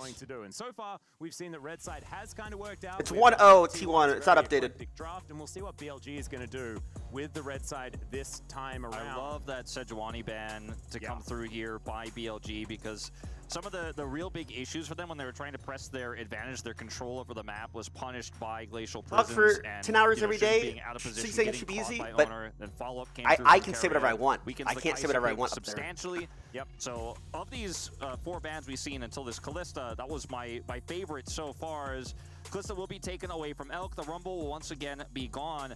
Where do T1 take us is the big question right now here in this first pick. Could just be a safe Tristana lock-in. Skarner, we haven't seen just yet. Is Laning taking a big hit with some of the stat stick nerfs we saw? I love the Rumble ban. I hate that champion. On this patch. It'll be the Senna. Rumble's the most broken champ for years. I hate when they play Senna. Apparently T1's like so good at Senna, but every time I watch them play it, it's so useless. You're literally just like limiting Guma's ability to carry. I hate when they draft Guma Senna. I hate it, bro. He's a really good player. You're just like, it's like you're literally limiting him, putting him on this terrible pick. I hate it, bro. But apparently they have like a good win rate with it. Apparently, I never see him win. Even on the MSI, they pick this shit all the time. I think it's trash. Pretty standout KDAs, and they holy win rate with him piloting the little plane. So looking forward to seeing what can happen here as another Yordle being considered. The Tristana here for Faker taking the other side of the matchup. We saw the mid lane. It was a bit of a wash, right? Yeah. It's not like, oh, I'm going to take the other side. Hey, the other real carry, then if something happens top or bot, you have like a mid lane able to carry, or a bot able to carry. If something happens mid or top, you have a bot able to carry. The Nidalee, I think, is pretty self-explanatory in this draft, and if you were going to get your pick of the litter for AP junglers with double AD carry, these were the picks we were always going to see. Tristana, Nidalee with that Senna.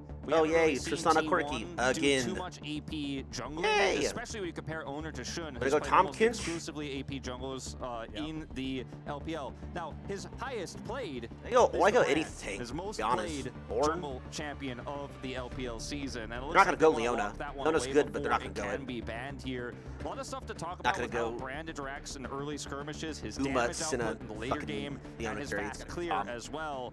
But he is somewhat vulnerable in a draft like ban this. They ban Tompkins, with the Zyra pick in game 1. Okay. See how well they can protect this pick now, because this is the toughest part about banning supports away from carry. They're going to ban the Ornn, okay? So they don't want him to play Ornn. They want him on top. Support. They obviously play the Nautilus. They took that one away. They want him. Right off the bat, he's played Wukong in this position. He's played Lee Sin. Yeah, there's so many different ones he could pick. Yeah, there are definitely plenty of choices. I mean, they got a game to 4 fun, so he could honestly go anything.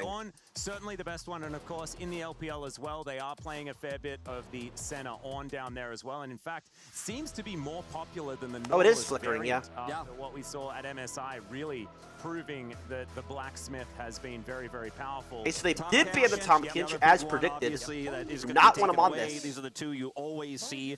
So the Senna pick for T1 always takes 2 bans as well. With Brian, I explained at the start of stream. The Tom Kench, the Ornn, might be later, but I'm not sure. Pick is just too much to deal later with. So in like a week or 2, but I'm not sure. Carry ban is going to be towards Elk. We still have picks like the Varus to consider. We'll actually target this towards the Twisted Fate, and you know, Cassante is available for BLG to just take away themselves instead. Cho'Gath, people go Scion. Interesting that it's the Twisted Fate ban instead Cho'Gath's not bad. Ezreal ban, because Ezreal pretty obviously an option for Elk to pick up. Of course, did spend a little bit of time hovering some other options. But Smolder. Yeah, they go Smolder, they want him to pick Sion. Hoping that he just goes back to the Ezreal. Never mind, it's going to be the Ziggs. Alkai? Thankfully, we have Orcs waiting in the studio to break this one down. Of course, as far as Valdanalis picks as well. I mean, they love too much Ziggs AP, mains. brother. That means that we know exactly what the segment's going to be after this game. Well, the answer here for T1 I'm really curious about because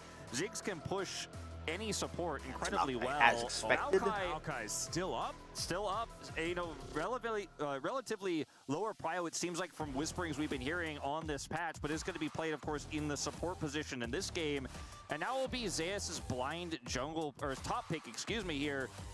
Twisted Fate was Top bad, blind. so you can just go the Cassante route here and be a front Need line AD. for the double AD carry. It's gonna be They've got Cassante. great setup for the spears as well, but he's going to opt into Bin with the Aatrox. I like that, actually.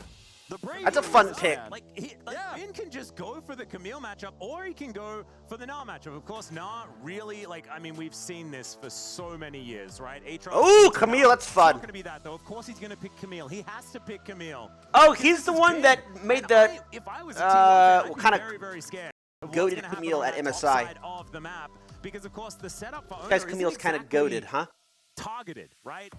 From the Aatrox. You do have some knockups, you do have some ways to try and get Owner in there, but Bin can be so tricky on this Camille. We know exactly how well he pilots this champion. Hopefully they don't lane swap, bro. Draft, though, They said it doesn't exist. They just did it last game accidentally or something. Let's see. Hopefully they don't lane swap.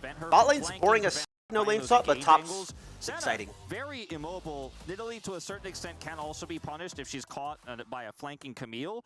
But the Tristana is going to be relatively safe. You know, isn't going to be necessarily. You know, it always feels kind of like, okay, well, I can lock down Tristana. She can't jump away. This is a counter to Tristana. But if she could just kind of keep herself at arm's length and make it really difficult for you to engage. Is so good into Hextech Ultimatum. And I think if T1, like if Faker just holds onto that ultimate, it's going to be so hard for Bin to do the Bin thing, right? Where he just executes on a flank angle and just destroys a priority target. He is so incredibly good at doing that, and Faker, he has to be the one to answer. He has has to be the one that he needs to answer that Tristana Corki matchup. That's answerable, I think, actually. I'm most concerned about how team fights. Literally, the only way they can do anything is if they skirmish in a side lane. This is going to be a really exciting one to watch. Two iconic picks for two of the world's most famed top laners of all time.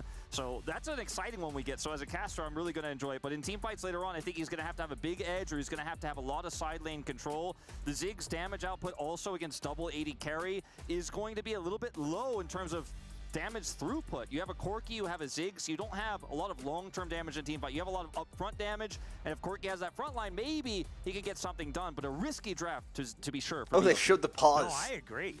But a fun one. This is going to be really exciting as we dive onto Summoner's Rift once again here for game number 2. It is do or die for BLG. Remember, this is single elimination. This is like so incredibly fast, and everything can be taken away at a moment's notice. Any hesitation and you could be absolutely punished. And remember, the prize money is just doubled every time you win. And so it is absolutely gigantic. If T1 are able to win this, then they move into the semi-finals.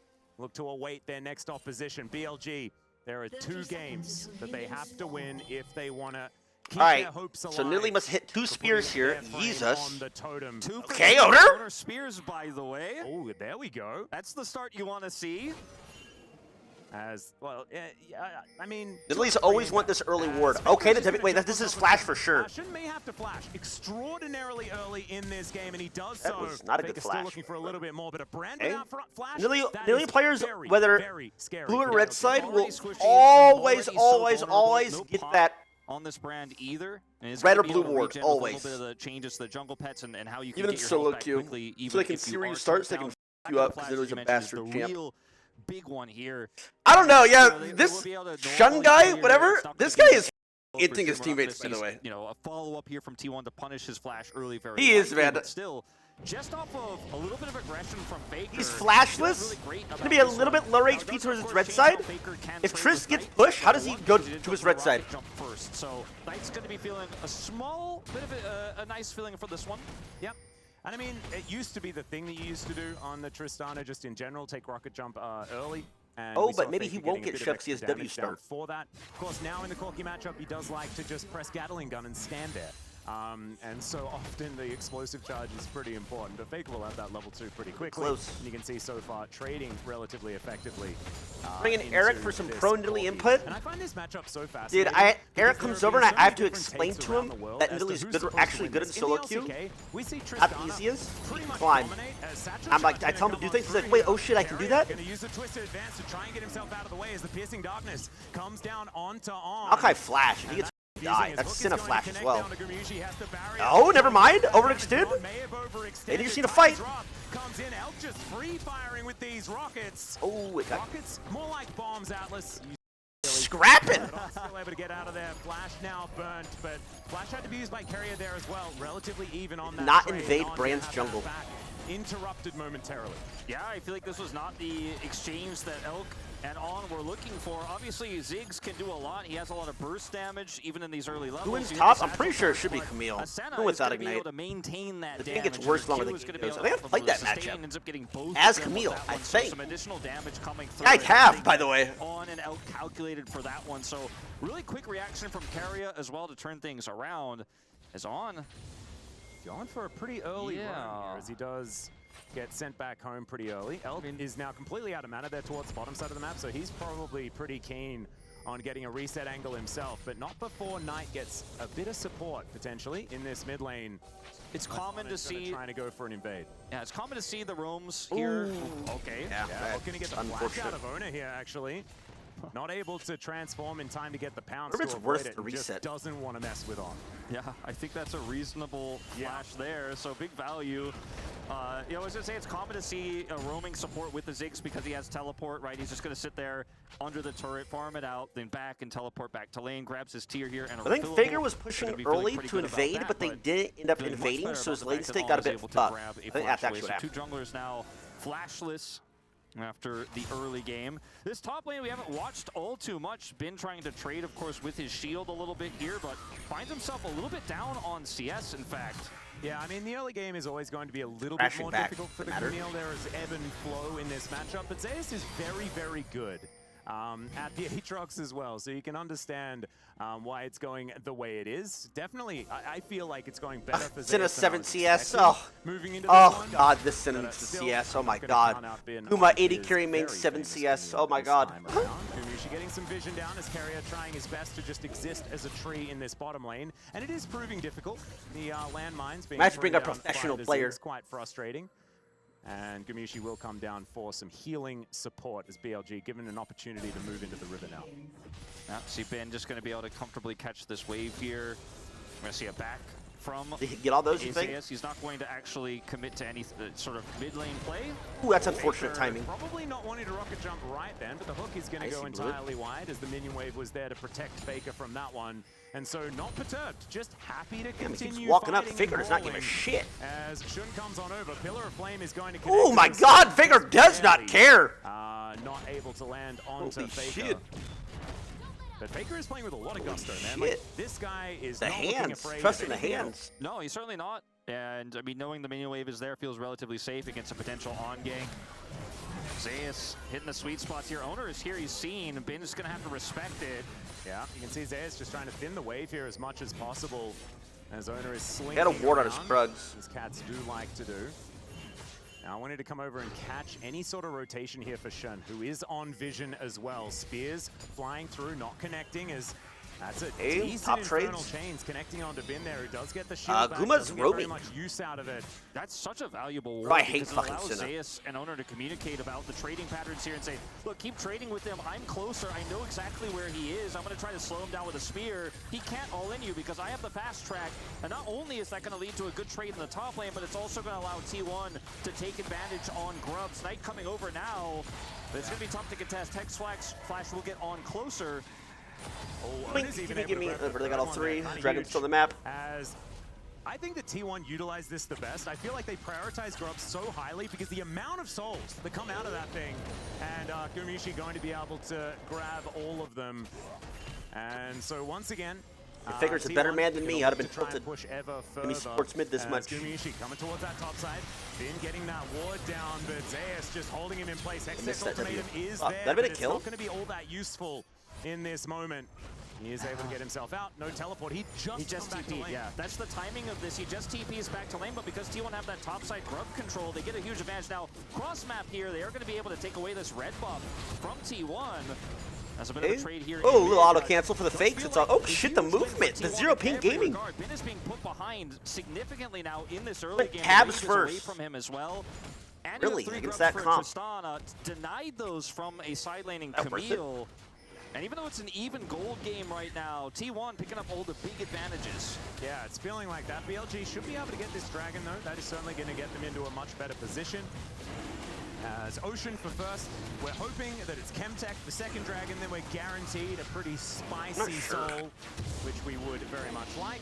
Smite comes down, that's going to be mounted. I mean, according to you, does physical damage now, but he does as now true as well. Just looking to catch this wave towards the bottom side. And scaling's a really fun conversation to have in this game. Because absolutely. There's Senna who scales to infinity, we know that, right? Faker's going to draw beads, utilizing his passive on the Tristana. We mentioned the Tristana scaling a lot. Ooh, shit. To hold that thought for a moment, the Mega Inferno Bomb comes down. Ooh, shit. Gumayusi in so much trouble. Yes! This is what we picked Gumayusi and Senna for, baby! The first blood going over to Elk on good trade. His Ziggs on. Right? Gets that shield back as well as the flash. Oh! Let's go! Let's lock in Senna! Woo! I've never seen them do well on the pick ever! Why do we lock it in? Completely useless every game. What the f is the reasoning behind them locking it, limiting his potential by playing Senna? Really costs him as he needs that extra auto and he won't have it. Flash down for both bottom laners here for the side of BLG, but it's traded for. He's 17-3 on Senna. Yeah, this is what I hear all the time though. But I never, in the wins, they just do nothing. Like I hate this pick. Kills for the Zig, so he is now massively accelerated in this early game. It was a little bit of a chess game between these two teams in terms of positioning, in terms of the trading we were seeing, but now it's getting a little bloodier. And BLG take a 1K gold lead off the play.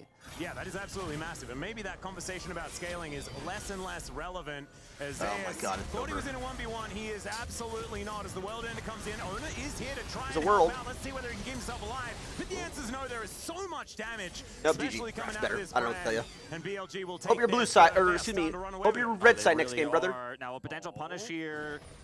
Yeah, Ona pounces over the wall. And it looks like we're going to have backs channeled, not too much else gained here. As T1 were thinking about it, not actually able to make it happen. Bouncing bomb flies down, and Elk just going to be able to clear this wave out at his leisure. Yeah, no, even bro, you can't walk out. Going over, it went over to the brand, which is quite common, obviously, with how the champion works. It does steal a lot of those away. It doesn't go to the Camille. Still ends up being. What is in a Souls? 25? A significant advantage for him in the top side. He's still up 15 CS. It's actually going to be able to walk back to lane and not utilize his teleport, so that's an extra tool he has in his arsenal right now. So big win for BLG, but T1 not down and out just yet. Able to get some small edges from this. -1 soul. And with 3 grubs to T1, we'll see how this next set of grubs shakedown goes, because this is where you can really deny Camille a lot of side lane power and make the Tristana a huge threat later on if T1 can secure these. As they spawn here, we're going to see a big group up. Elk does have teleport as well to potentially join this fight. Keria can match, and BLG, with the prio they have right now, it looks like T1 not going to mess with this one. They're going to be happy to trade 3 for 3. Yeah, Shun is able to take these they did go double tabs. Well on the brand. I mean, I think Aatrox going in is not the worst. I think Trish going in is just ugly. In time. So it should be 3 for 3 once again as we move towards Herald coming up next here in this Baron pit. Spear not going to be able to take one. I like the opportunistic play there. I don't really like how he went Chris Nidalee and didn't invade once. Do so. Like support perma running as well. T1 had this explosive beginning to the game, and despite the fact that it didn't result in any kills, it was still them with a fair bit of control. And then BLG finding their answer back. This time around, though, it was a lot earlier. Yeah. So first strike value coming over to Elk here in this lane. I really like that choice of rune. We didn't really talk about it too much. We've seen a lot of different runes on Ziggs depending on the matchup, but in the Senna one, oh yeah, and with Brand Flash Bird level 1. Constantly harass when it is just you against the Maokai alone. It's going to generate a lot of income for this Ziggs that's already so far ahead. Well, might be getting taken down a peg or two flash. here. He doesn't have to flash. He just has to run. Spear not going to connect. Nice sidestep there from Elk, but still the swipe damage is decent. As Owner is going to heal himself back up. As another ulti out of On as he moves towards flash, maybe he can live. Finn can throw down the Hextech ultimatum. And now Zeus nowhere to go. Finds the sweet spot. It was decent. Wildender is doing a fair bit of work. He had flash. I mean, he lives there for sure. He will be A-okay. Oh, Faker's rage teeping for getting smoke. Oh, nice. Down there. The brand passive Yeah, I mean, and their jungle's their weakest link. This guy's a dipshit, by the way. If this guy runs down this game as well, at this point, I know it's like a new tournament or whatever, but we gotta think about replacing. Zeus unable to flash during that moment top side there with On. If he gets that flash off and gets away, maybe he could have traded one back. He played it so beautifully, but ultimately is still taken down with all that lockdown there, the Nautilus and the Camille. So Zeus now kind of withering a little bit. As you can see, the damage is coming through. We'll watch this play here, bottom side. We missed the beginning of it. That's just Shun getting caught here at the end of Carrier's ultimate. The teleport comes through. Oh, wow, he doesn't trade there either? From Elk, but nothing he can do on the play. Yep. Pretty cool that Carrier is also utilizing his ex-teammate Juhan's skin as well on the DRX Maokai. Very, very cool stuff. Do love to see it. Yep. At least I believe they were on DRX at Simple. I'm not 100% sure about that. It might have been, unless... Wait, were they on Humble Life Esports at the same time? I don't... No, that was Johan. Yeah, you're thinking of Johan. Arthur, that was a gone different time, but we digress. It was definitely a very different time. And yes, we are indeed digressing. Old LCK casters, you know, sometimes we just gotta remember the old days. Old LCK casters that remember things wrongly sometimes. As flash out of the way from the phosphorus bomb here from Faker, really respecting. I'm not gonna lie, this game's looking cooked. We're going to game 3. Draft better. This is looking. There on the bottom side, and of course Ziggs, he is always going to win those. And now he's so oh god, even more. So this inner turret play for turret? under fire. Carrier dealing with the minions. No, there is one melee minion still left alive, and Bin is able to grab that. They're still like hitting top turret. As they're like drooling on themselves. They're like, why are we like, this isn't a pick. I can't stay ahead. I don't give a what his win rate is with it. I never see this shit do anything useful. Here, but it is going to be 2 turrets for 1 BLG with a massive gold lead, an insanely 2 turrets for 1 plus a kill. Brand that's about to finish his jungle item, or rather his pet, already picked up the Leandries early, has been clearing like a madman. Yes, Uner has cleared more minions, has been able to clear oh, Rift Herald! That shit's good. The impact here, it's definitely been Shun who's been the bigger winner here. So BLG completely in the driver's seat. Now T1 will get beyond just that top turret, the Herald topside objective that comes with this. Yep, they will be able to take that one down as On just moving on in here. He's going to get pulled back, but Knight is there for the defense. Gumayushi is so squishy. Has to be very, very careful. Able to slink off into the mist and will be all right. But I thought that On might actually be a kill opportunity as Zeus sitting in this brush here. He's actually going to go back home. The thing is, Maokai has 100 CS on Nautilus and is only up 800 gold. Where Shun was, so they were just a little bit too scared to actually commit to the play. That movement there from On is so deceptive. It's like, why would he be up here? This is so insanely risky. Doesn't he know we're backing right here? He's alone. He must not be alone. We're not going to do that. This is up. Well, yeah, he's up so much because of any further. The game here is still playable. Instead of going top lane, we consider it's an infernal despite getting ganked twice. It's actually, I don't think they should be. They can stack those up. They definitely have a really Camille's a strong scaling win condition. But this Ziggs, how ahead he is, how much he can impact sides, and also what he can do in where's the map cover? Oh, true. Just before the fight even starts off, and then some of that burn from Leandris can win you an objective fight before it really even takes off. Especially when you consider the engage here for T1 is relatively lackluster. They don't have an engaged jungler. The Maokai can help set up things, but he's not going to be the realistic, or rather the consistent engage that the Nautilus is going to be on the side of BLG. They've got the Camille as well. You guys playing for first strike gold now. Definitely really liking the game state here for BLG. Yeah, me too. Able to just walk up and take that outer turret in the mid lane as well. The Ziggs doing that execution with Satchel Charge. And Faker spending a bit of time there towards the top lane will be able to push that towards the those are like expensive cameras. But this is such a long lane Jesus. that Zeus is in right now. They get a glimpse of vision. As you don't know. And she'll just explode. It's a gang squad. What is that garbage, owner? You know they're in the bush. Zeus got vision. Why is his name not just Zeus, by the way? Comes down 1 versus 3 is going to turn into 1 versus 4 very quickly. Yeah, you have tabs, bro. Comes in. That is it for Zeus. BLG I mean, I think they got an inch earlier on, but they have definitely got a mile now. Yeah, they need to FF this game. It's actually a waste of time. Much bigger lead than Go the small game lead 3, they had in your game red side. 1. And Hopefully. Unfortunately for T1, the path back into this game is so difficult, and the reason why that bottom side play expired, it is level 7. Excuse me, the way it did was because of the lack of vision there for T1. Oh, you knew Zayas he was had there, an man. idea that obviously something was going to go on, but didn't know the angle and was cut off from his teammates, so couldn't really rejoin, and they just get collapsed on. As at least this back will commence here for Carrier. Picks up his Merc treads, but man, Atlas, it's so difficult to even describe how much power in these objective fights BLG is going to have, as the engage is not onto the Aatrox, but onto Nala's got the trying kill, to kind but of shadow and give him the opportunity to bring this back. Zayas is at least able to get a flash out, but is not able to collapse onto a kill. Yeah, and Bramble Smash going to be decent disengage there as On does decide to go in. I mean, you look at going to be able to utilize that. If you look at the items here, I mean, Senna obviously takes a long time to get online. She's stacking up and starting to become a little bit more he's sitting on a nearly completed item, whereas Elkazon 2 has both, some additional bursts with his ultimate and poke. And with the prio that BLG have right now, this Drake spawns in 30 seconds. I just see no way T1 can contest this. Well, Carrier might also be in trouble here as the hook is going to land once again. That doesn't look worse. Comes down. They're going to look for the re-engages on. That's possibly really good, actually. And indeed will go down. I think they still T1 lose Dragon. Grabbing themselves a pick. That could be huge with the Dragon coming up. Yeah. BLG are still very does have scary. TP. Very big opportunity here for They have T1. Rift, maybe not. This Herald to get some additional prio here, and it will take BLG some time to deal with that. Dragon hasn't spawned just yet. It's up in 5. They're just going to opt to try to defend this turret instead, get some additional time for On to respawn and rejoin. T1 don't have a big wave here, no way to take this turret out, so BLG will just weather the storm, they have no vision. Regroup for that Dragon. So small victory here for T1 on the punish, but the objective still looks very much BLG's. Yep, it's also the shortest of the death time is on the side of BLG as well, so On back on the Rift very, very quickly. So like you were saying, that is going to be Soul Point being picked up for BLG. And T1 are just trying to get as much time as they can. I don't know whether it gets better by doing that. I'm going to say no. Every damn champion on but they might have to give up the BLG's team outscales except for Nautilus. In game number 1. And even then, he can still press R. State is going to dictate that it's going to be much more difficult to replicate here in game number 2. Yeah, and there's just not a lot of space for Faker to get value cross map. And they're triple AD with their AP being Nidalee and Maokai.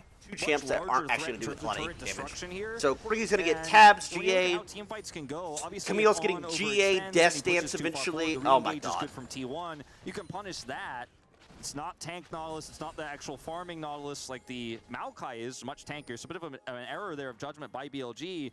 But there's just so many different ways to peel, for example, of T1 collapsing on somebody when Carrier goes in, Faker trying to get that reset. Because you've got a Camille, you've got the damage output. Let your master tier games calm down.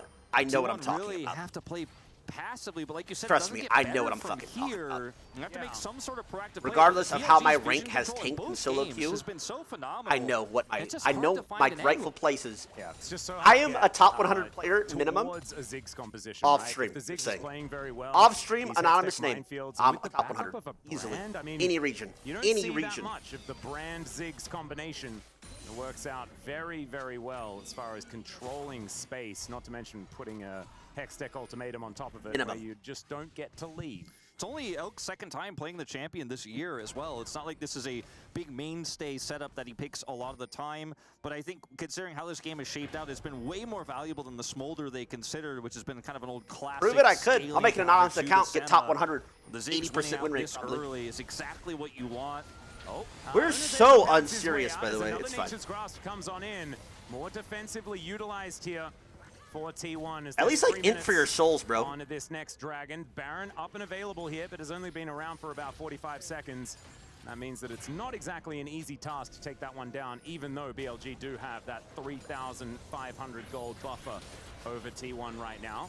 Yeah, I mean, Cinestacks 54. Trying to get some control over the Baron pit, but we're still only 21 minutes into this game. It's a Senna composition. Finally finished Ghostblade. Yeah, at least Maokai has mercs. On the Nidalee, but you don't really have the opportunity to threaten a Baron, so BLG can just kind of come over. They have insane wave clear with the Ziggs. And the brand as well can kind of help out here. Just say, well, you had vision control for just a moment. It's mine now again. And Bin is about to become a much larger side lane threat than what they've been dealing with thus far. No, she canceled. Yeah. T1 just trying to find these small opportunities. Maybe on overextends. Maybe we can catch Elk if he's trying to look for a little bit too much Made a message for you and sent a link to a YouTube video. It's all good, bro. So clean the way BLG, both games again played around this same scenario, clearing waves, getting prio. As Elk throws down another Mega Inferno Bomb, that one's going to be don't understand entirely avoided stall and how do you ever cool down for a little while, fight but Ability the soul? Haste coming through here for Like, Elk, who engages so on we'll have that T1? one up relatively soon, and we'll definitely have it. Power move fight around this Infernal Drake. Exactly disengage. I don't need my ult. You gotta No matter what, somebody's getting one shot from Nautilus R Ziggs R and combo. It would have been a lot of damage. So what do you do? Landed there as well. So definitely good that T1 are able to sidestep it. Total gold. You can see Elk and we draft Knight like both this? carries for BLG. Really starting to rake it in, and a Ziggs that is This dog shit mid meta, it's really bad. But I think people need to adapt and start playing their mid laners bot lane. Yeah, it's really bad. Look at how far behind on the curve Faker is. It's really, you know, it starts to feel doomed here for T1. This track I made with a plan, thanks to Sanchovies. You know, Faker sitting Send it on Twitter, bro. Send it on if Twitter. Given an opportunity, absolutely can pop off and get resets in a team fight. But the Oh, they're just gonna. Okay, this might be the slowest Baron I've ever seen. We're trolling. They gotta pull BLG to them somehow because BLG is playing back and playing safe. Yeah. Bin does have TP. It's GG. They get TP, here. but he's just continuing to walk. They just trust And flash that R. they'll be able to get them off this Baron without actually using the teleport. You can see now he's in the minion wave. He's on vision. T1 going to try and keep this leash. There's a flash forward. Okay, Brand's out of the fight. From Shun. He's trying to keep himself in. Oh, he missed the stun! Died anyway. Who won the smite? Who won the smite? Okay, they won the smite. Everybody's dead. Everybody. Okay, wait a minute. They use the back lane. Back line. Okay. Nautilus, no flash. If they play it slow, they could have actually won that. Trying to get themselves over these walls and into safety. They have the Baron, but how many will be able to keep it and tell the tale is the question. Looks like just owner. Zeus, there's a few too many bad guys around him at this point in time. And that's so Owner killed the Baron, and he's the only one that I think gets he goes for steal. BLG played there's that no way so they let clean, him. constantly threatening the teleport, but wanting to keep it, because if you get T1 off that Baron without actually committing the Camille teleport, you also get more turret gold as well in the bottom lane. You probably open that one up. T1, he kept hiding in the bottom lane, showing maybe I'm teleporting. You don't know, I could have a flank ward. They're gonna T1 scrap held for this. firm, though. They held strong. Carrier looks for the flash engage play to push. They have no BLG flashes. off, but it's a great ultimate there from Bin as well. Oh, another fight. The hook comes in from on. Hex Splash was utilized. Those Ziggs bombs last 30 seconds. You can't walk through them. Have fun. Left available as a Hex Tech minefield. They just can't walk through it. A T1 are going to give It lasts 30 the seconds. Ziggs Infernal is broken. Soul again. Mega Inferno Bomb not going to be avoided, but at least Gumiushi didn't stand in the middle of it. Still takes massive amounts of damage. And so BLG, from strength to strength, and just incrementally this gold grab. Thank God we gave Ziggs a free lane, guys. Literally a free lane. Despite losing out on the Baron, it's only plus 700 right now on that power play, so not really feeling too powerful. No, I feel like there's a pretty good chance it's going to go into the negatives once this turret starts to fall. At least Zeus is trying to push the bottom lane. But Carrier's engage opportunity here is really thin. He's punished instantly. The ult from Guma does do a decent amount of damage, but look at Bin getting over the wall here onto Faker. You talked about the Buster Shot interaction, but the fight is completely split. Nothing T1 can do, using everything they had to try to take down the Baron. And it feels like it's BLG that has a Baron buff. They don't. This is a deep flank. What the? Big TP flank here from Zeus. Let's see what they can actually do. Remember, they're fighting into an Infernal that's gonna Soul, work, I think. Yes, it's a gold lead, but it's even more than that. With the Infernal Soul available. There's a shot. It might actually work. Coming in. Can they actually line I don't see him. Find some of these Oh my God. Oh Oh my God! Holy! The dynamite. Down goes Knight as Faker. Rocket jumps his way to safety. Bin going to be eviscerated immediately as the Mega Inferno Bomb goes to Narnia. Okay, the spear hits. It's a spear connecting for the double. Jesus Christ, that damage. He's still alive, and as it turns out, he's actually enough damage, kind of by himself. At least with Elk there as well, raining down these bouncing bombs. As T1, I think they won that fight, but it doesn't feel like a lot of control. It doesn't feel like a lot of control. Gold lead still 3,000. Faker. Oh shit, Faker! Go for it here as Shun wants to be able to land the abilities, and he does so. Owner gonna get slowed down as the minefield comes in, and that was weird, Wolf. This is with tabs, bro. Why did we go tabs? Say, look, I'm Tristana. I'm sitting on nearly 3 items. That's a Ziggs. He doesn't have the damage output to trade with me long term, but the burst is good enough. They have enough AP damage there to just wipe them both out. That was nasty looking. Pretty puzzling decision, as this is a great ult setup here for Carrier. The ultimate as well coming through from Guma. Brand just pressed R. Ziggs just skimming his buttons. Damage to make it look like really maybe unplayable. T1 have full control here. Faker bounces out, gets healed up by even like whiffs his ult. You can see his reluctance to re-enter the fight because there's just so much damage there. He's like, if we could get a pick, if I could get resets here on my jump, maybe. Look at the damage gap. There, Look at Ziggs. Takes his opportunity. And we didn't punish the Brand early game with Trist mid and no flash jungle. We were unserious. It is what it is. It is what it is. It is what it is. He picks we up win a next. death cap and is halfway to a void staff as well after those gifts in the mid lane. He's been big from start to finish. Well, hookshot comes through from Bin, but doesn't find Zeus with that one. Control ward going down as BLG looked to start the TL game, bro. Out of their jungle. Just start the TL game. And yeah, T1, they had that Hail Mary fight. They did find a few options. In like the isolated team fight, things looked good. The aftermath, not so great. And BLG retain all that control on the map here as Faker on that top side of the map, just trying to push out, getting towards his Infinity Edge one step at a time. But he still needs a BF sword and the recipe completion. He's not going to do damage with IE. I'm sorry. It's tabs. He needs LDR. He was out of it, but he was not, and takes about 1 trillion damage there from Elk. And it's just new cool hat. It's rinse and repeat here for BLG. I mean, T1 made some proactive plays. That top side attempted teleport flank from Zeus obviously really helped stem the bleeding, but then the mid debacle where Faker and Owner committed and ended up losing out and giving more gold to this Ziggs means that we just kind of go back to I push mid, I push waves out, I got a Camille in the side lane. We're setting up for an Elder fight in 2 minutes as all right, another Nature's Grasp comes in. You want a flash? Okay, you got his flash for free. Had pre-ulted here as well. He flashed for that. Until the Elder, but it's 44 seconds on the Baron. BLG full control of that top side, as we can see. It's going to cost Zeus more than an ultimate here for this flank attempt as Camille is bearing down on this inner turret, and they're just going to wipe it out. Still 1:45 here. T1 put everything that they had into trying to make that play work. Another flank from Zeus, but that's all they've got. With the lack of engage we've been talking about, your best engage is going to be a flanking Aatrox, who now hits level 16. 90 seconds until Elder, but the poke is real. The wave clear is real. I mean, Ziggs just minefields, and then how does anybody play? Elder, sit on that shit lasts way too long. T1. I mean, look at this damage. My God, yeah, the bouncing bombs are absolutely gigantic as Ona almost just going down. You gave him a free lane. You're dumb fucks. It is what it is. Back up incrementally, but this is Baron control here for BLG. 85% with a that. I love it, bro. Teleport to come forward here as Knight cleared out that bottom lane. And this Baron, uncontested this time around, BLG will be able to take it. And now, here's the crazy thing. They don't even have to start Elder. They can just threaten game in with side lane on TP and just Elder dance forever. Taking the Elder and the Baron, getting Exodia was never really something BLG thought were going to be on the cards until T1 kind of walked forward, looked for that attempt, and then you saw that damage come out. You saw Elk's ultimate, and with T1 getting that low, just off of a little bit of poke from the Ziggs, so like, okay, well, we get Baron, and now guaranteed, we already had Elder Prio, but now we've got it even harder here. No one caught. You've got Bin with teleport, Italy steal. That's it. Buff. Italy isn't going to be able to walk in. T1, how do you even walk towards this Yeah, Elder? you can't. I mean, it is looking pretty Can't dim. even It's walk, an as I 8,000 said. gold lead here, nearly 7.5K that T1 have to face.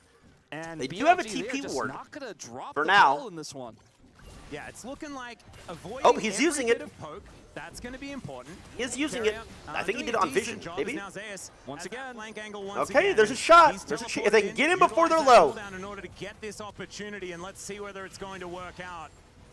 As BLG, They have no wards really backside. Taking too many risks at this point in time. T1 with a lot of healing actually. Look at TP bot here. Surge together, and now here we go. Grasp is going to come they spotted him. Zeus, Okay. wanting to find And those you have knockouts, but tabs, the so you're. full Oh. play is just too strong. Oh? Still getting into that backline, and so is Zeus, in fact. But Bin's going to turn up, and now Zeus is in trouble. Knight is able to take him down. Carrier delivering Bin into the backline may not be exactly what he wanted. Realistically, that wasn't the worst thing I've ever seen, but they're all too useless. They're all and BLG will even out the series as Faker is it's just a terrible draft. out of the way, but the anchor of destiny from On will be able to pick him out of the air. That's the ace, and BLG will even out the series. Looks like we're going to that game 3 we all wanted, Atlas. Beautiful satchel charge from Elk. And plates are swapped. That team fight was almost perfect. They don't even have to take the elder to take this one. BLG striking back at this is, by the way, this is every time I see Guma on Senna, this is how the game goes. I don't understand. It's every single time. Game 3 after this. What a way to start off the first esports World Cup presenting League of Legends, Atlas.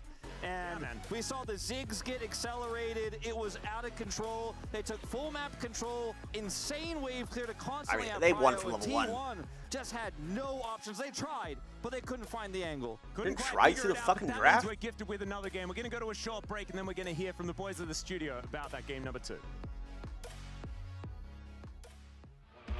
They don't invade Flashless Brand. I mean, I don't know if Nidalee got a leash. Brand did get a leash, and I think it was the different. I'm not sure. And I don't think she made it there in time.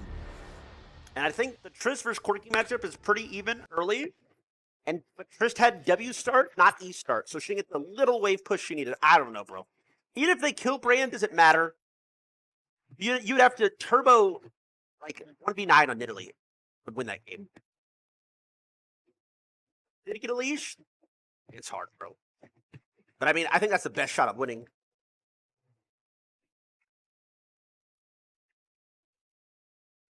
It's all good, bro. We just don't lock in Senna and we win for free. This Corki Trish shit's boring as though.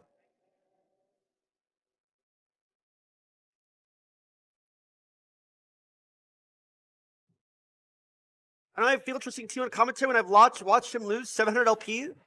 First of all, it was like 900 LP. Okay?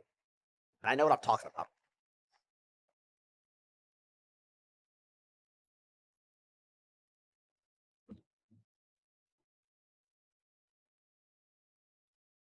No, I don't know why the setup is like if you're a worse player, I understand like going Senna, whatever. But every time I watch Guma not play Senna, they actually just like win bot. It's weird. Agree by that, 96, brother. Long time no see. Yes, sir. 4 more. Almost there, brother. Honor 200 series, the best portrait phone, AI empowered. Studio level, AI portrait camera, 3 hardcore portrait modes. Color, vibrant, and classic to capture portraits that truly stand out. AI-empowered magic portal. Snapdragon 8S Gen 3 AI chipset. 5,200 milliampere per hours silicon carbon battery. That's a long battery. Honor Supercharge. This is Honor 200 series. Oh, they're selling me on that. More about enabling Kira as champ pool. Doesn't Kira play everything? Wait, I'm pretty sure he plays literally everything. Even like 80 carry. He plays everything. What?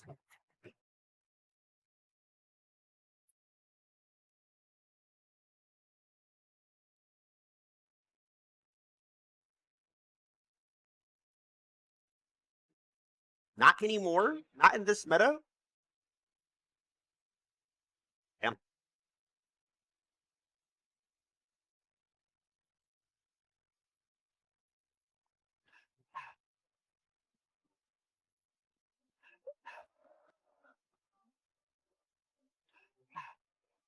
But that monitor was 40 Hz. Dude, I'm on 144 now, and apparently I'm like outdated. Apparently, like 144 is laughable nowadays. I tell people that, and they're like, "Oh, only 144? You like, bro? The difference between 144 and what is like 2 whatever isn't the same as the difference between 60 to 144. I can't even believe they still make 60 hertz monitors. By the way, that should be illegal.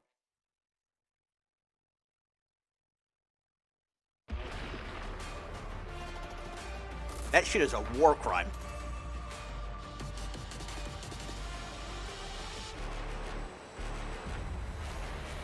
still have 60? Brother. Okay, there's an actual difference. You need to upgrade now. After game number 2, it's all tied I feel like up, 60 so hertz it's monitor do or should be like die $20 time or for something, BLG right? And T1 after BLG take a decisive game number 2. Big plays from many of the players that we were asking to step up on BLG, giving T1. There's no way they're charging like option, $200 for no a 60 hertz answer monitor. to look forward to game No way. number 3 to keep their hopes alive for victory. Faker not able to make any plays on this one as BLG march their way to victory here in the second match.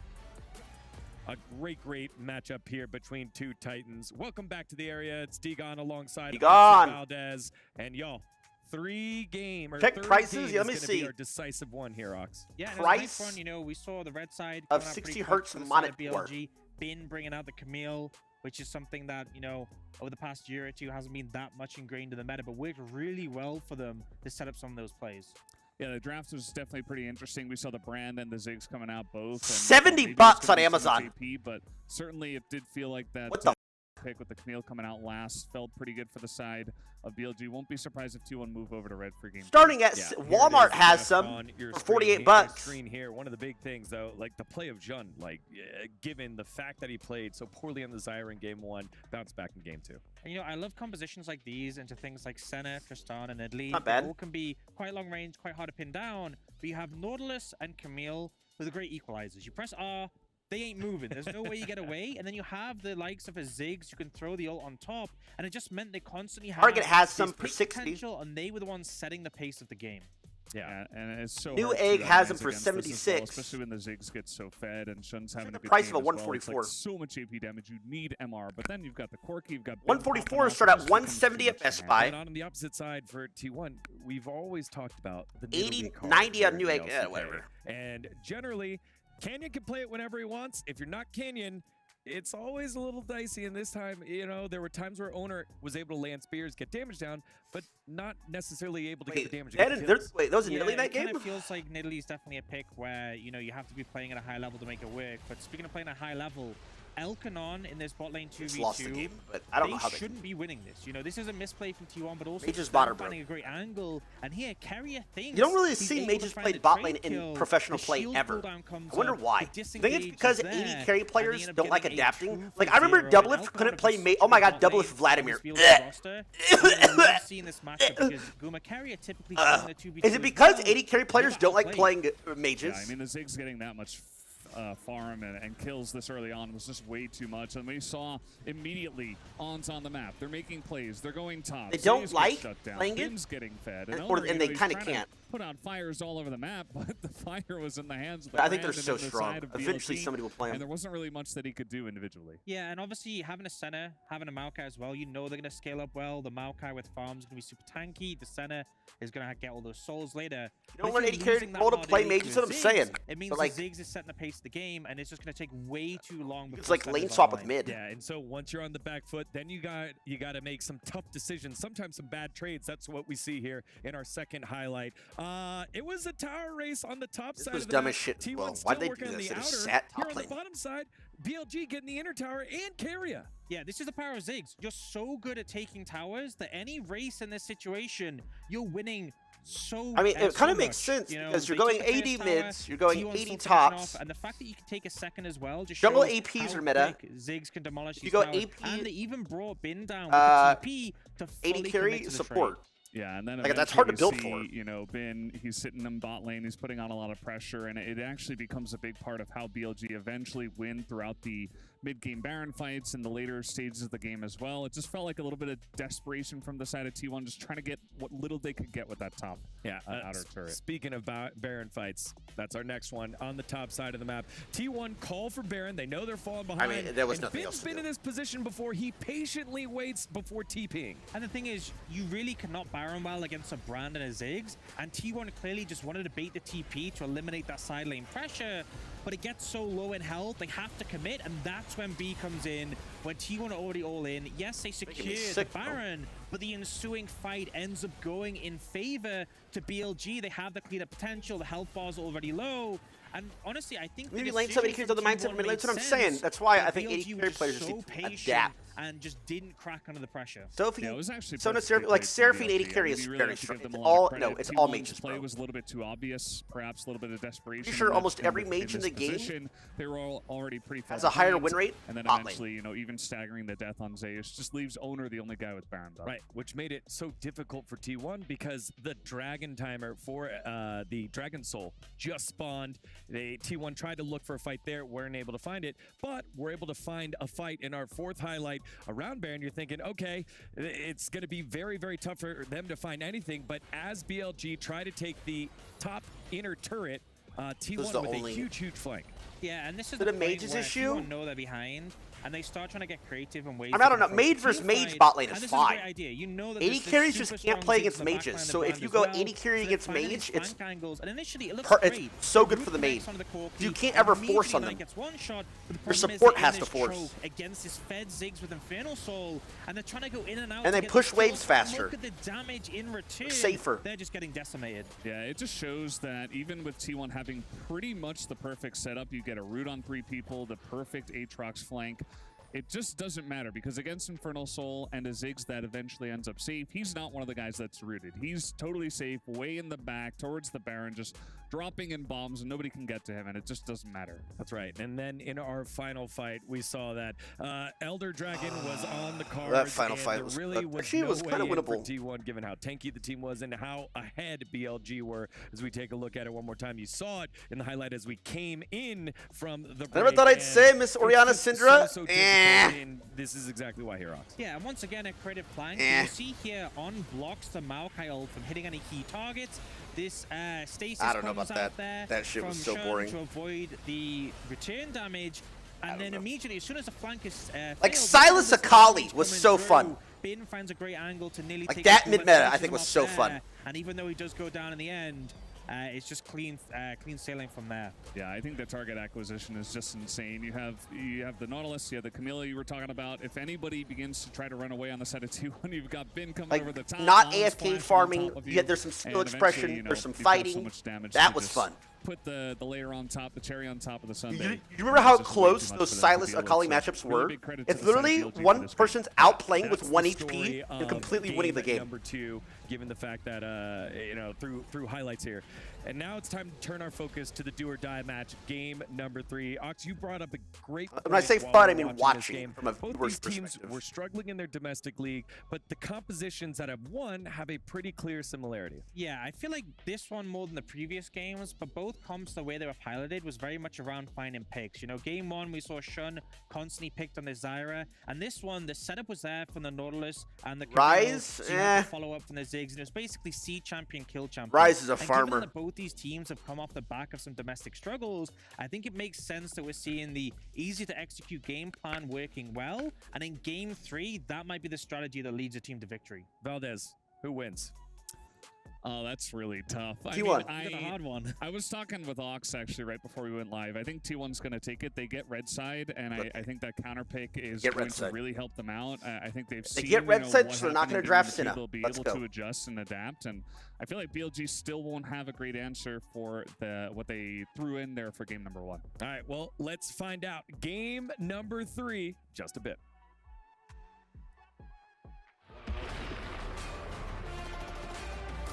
How do they decide, by the way, who gets chooses the last side?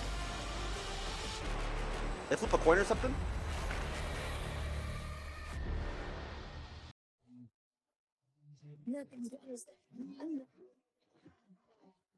Loser gets it? Wait, so that's the punishment for winning? You don't get to choose your side?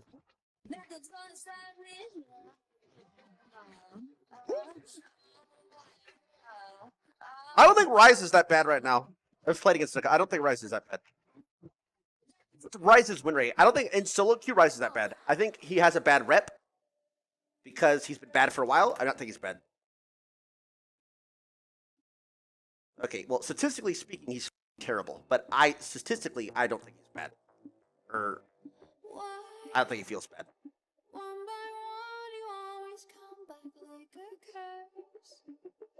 Looking in the dark, your soul is blind, you lie. He has like a 47% win rate. Wait, isn't Rice's win rate always low in solo queue? So if he has a 48% win rate in solo queue, wouldn't it be higher in pro play? Yeah, it's like Cassante, like Kalista, exactly. If you shoot, I'll take you. If you run, I'll chase you.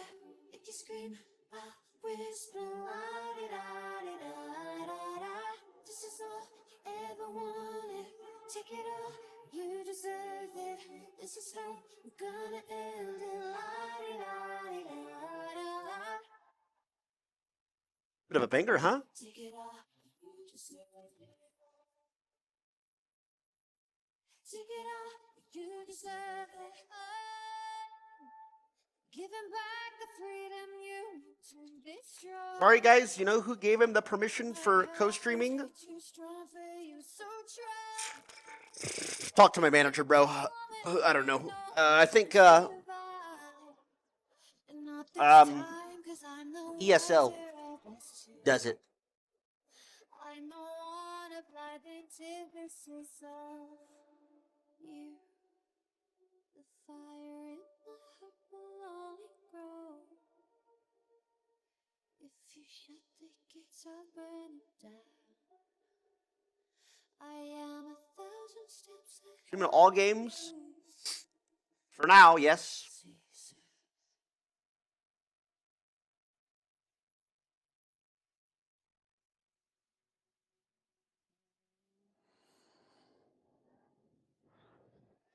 If you shoot, I'll take you.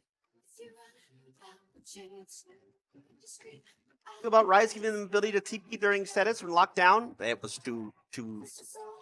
Rise being able to TP during CC or like Hourglass was too get out of jail free.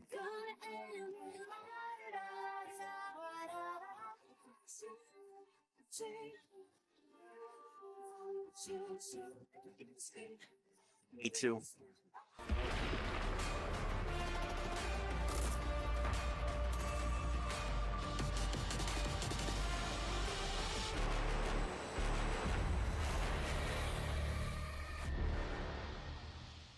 Take off. I'll be back in time. We hear you. Oh, sorry. We hear you guys.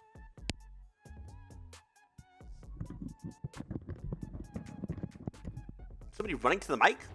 Hello? Guys? Wait, I think somebody dropped the mic and it just like ran. By the way, that sounded like muffled like footsteps. He said, I'll be back in time. Yes, hello, hello. Can you hear me? Can you hear me? Oh, we hear you, bro. Welcome back, ladies and gentlemen. We're ready to dive into game number 3, the deciding match between T1 and BLG. One of these teams will have their keys shattered after this game. Oh, that's right. One of these teams will advance. Two of our big tournament favorites. Yes, not finalists, not quite yet. We're a bit ahead of ourselves on that one, but this final draft, I think, is going to be so pivotal because both games 1 and 2, I think, were defined in a large part by the draft. And no, the keys are like in game 2 at a draft. I don't know how to describe it. When it played out you on get the keys for winning. That it was just impossible to take any objective. And if you win, you break the other team's key. They just couldn't contest for Elder, couldn't contest for Baron. And what BLG has been able to do with wave control, with Prio, their vision control game has been phenomenal. The T1 need to find an angle here. Ox was talking about simplicity and ease of execution. I think T1 is definitely a team that can execute on more complex compositions like the one they played game 1. But I think that we're going to have to see them go to red side here. I want to see them stick to a game plan that suits their play style. I'm kind of with you. You and I have been talking about it. The Nidalee pick's not one I'm really feeling too great about here for T1. I'd rather see something that allows Owner to have a little bit more oomph, a little bit more engaged, a little bit more playmaking. Yeah, I mean, I live perpetually with Chronicler's voice in my head saying you need setup to play Nidalee. And there's only one player that we trust to be able to do that. He's at this tournament, but he's not on this team. And Ona, he has been able to do it in the past, but I think that you need to have an extremely explosive early game, and into BLG, I just find their ability to restabilize a game is just too strong. This guy's slow. He's I think chilling. you need more than just having sort of that Nidalee that can sort of control Best how of 3. the Winner moves on. in the very early stages Loser of the actually game. goes So, home. like we So, already said, day with 1, that counterpick is available on the red side. T1 are going to be in a better crazy position to protect themselves from Bin's Camille and possibly getting surprised by the Ziggs coming in and really ruining their day. So we'll just have to see how this draft is going to play out. I expect it to look very different from games number 1 and 2. I don't think that we're going to see Triple AD carry again. And even if we do, I don't see BLG fighting it the same like way handshake that they did in ban game Trist number 1. I think they're going to have renewed vigor moving into this game number 3 to try and keep themselves alive here in the tournament. Remember, prize money doubles every time you get to a new stage. It is absolutely massive getting from the quarterfinals to the semis. And you got to keep your key alive. You can see right here on your screen, T1's key. They don't want to put that into a hydraulic press straight away. No. That's too early, Wolf. Okay, so It's that's way the too key. early. Remember, these teams traveled as we Both did. of them have one. All the way from Korea, all the way from China, all the way to Riyadh.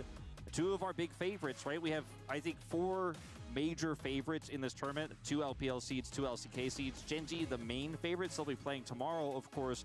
But these are 2 powerhouse teams. And when we saw the bracket, we knew one of these teams is going home after just one best of 3. Triangle, not a key. Okay, it can, if it is fitted into something, it can unlock it. That's a key. Getting ready, living Faker's up to fucking the first praying to me. Esports World Cup.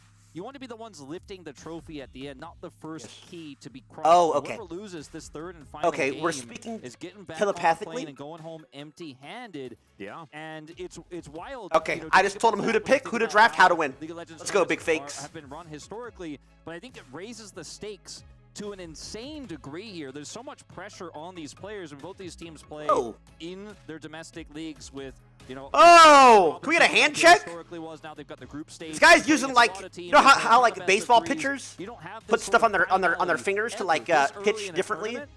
Whoa! Sure, he's not doing that. Having side selection Ref! is going to be pivotal. I think there's no doubt in both of our minds. They're going to go to red side. They're going to look for that R5 counter pick. Last time flexing Zeus onto the Zeri. Ends up working out pretty well for them. See what their bans are going to be. I think the Zyra, in particular, probably a ban you can skip going into this 3rd game because Jun didn't look that great on it. Yeah. We are having a few issues getting into the game. We will have draft for you very, very soon. That sense of anticipation. I feel like the PCs, they've felt it, and they want to give us a little bit more time to really try and understand exactly what's going to go down in this next draft. Because we've already seen that the amount of curveballs that T1 want to throw are quite large. But the thing that I'm frightened about is the vibe of the series so far, and that is BLG being the team that is in the most control. That's what it feels like to me. Both games, you know, that's why I said it after game 1, even though T1 won, it felt like BLG played the more impressive game. At the end of the day, they're T1 double made the praying. Plays, they found the picks, they were able to punish Jun T1's fucking and destroy the Nexus in the end, but it was an uphill battle, even with a massive gold lead. And then in game 2, momentum completely shifts. The rest of it all to BLG, a crushing defeat for T1 in that 2nd game. And so I'm with you. I think right now BLG feeling great. You can even see it on the players' faces. You look over at the T1 side, looking pretty stressed out. Okay, well, maybe it's a bad Esker? He's crying, by the way. But the tension is real here as we do have that technical issue being resolved as soon as possible for you guys. But I gotta say, I mean, even this pause raises the stakes. Unfortunate timing, because it's actually true. BLG's piss chilling. When you think about T1 at international events, they normally go through an earlier group stage against some weaker It's like teams. 9 p.m. there now. They normally go straight into the big hitters at the beginning. 8 p.m., They ramp 8:15. up, they learn the meta, they master the meta. Pretty late. They've probably been up all day. But that's not this kind of tournament. You've got to be at your best on day 1, on that first best of 3. And while we did see the cool Zeri read, otherwise, you know, it has looked like BLG. Like, those aren't normal cameras. Those are like high-definition cameras. And I think that like T1 meeting BLG here in the first series of the tournament as well is really rough for them, right? Like, I think that they would have liked to have had a little bit more of a run-up, a little bit more of a warm-up than jumping straight into the fire against the team that eliminated them. only a little while ago, right? Like it's a very recent memory. Damn, I think he's asleep. Somebody wake up Faker. Reboots that we have seen, of course. He's chilling. Before every Lil Bro took a nap real quick. He's getting supercharged. Little power nap for Big Fake. In order to make sure that he's completely ready to go.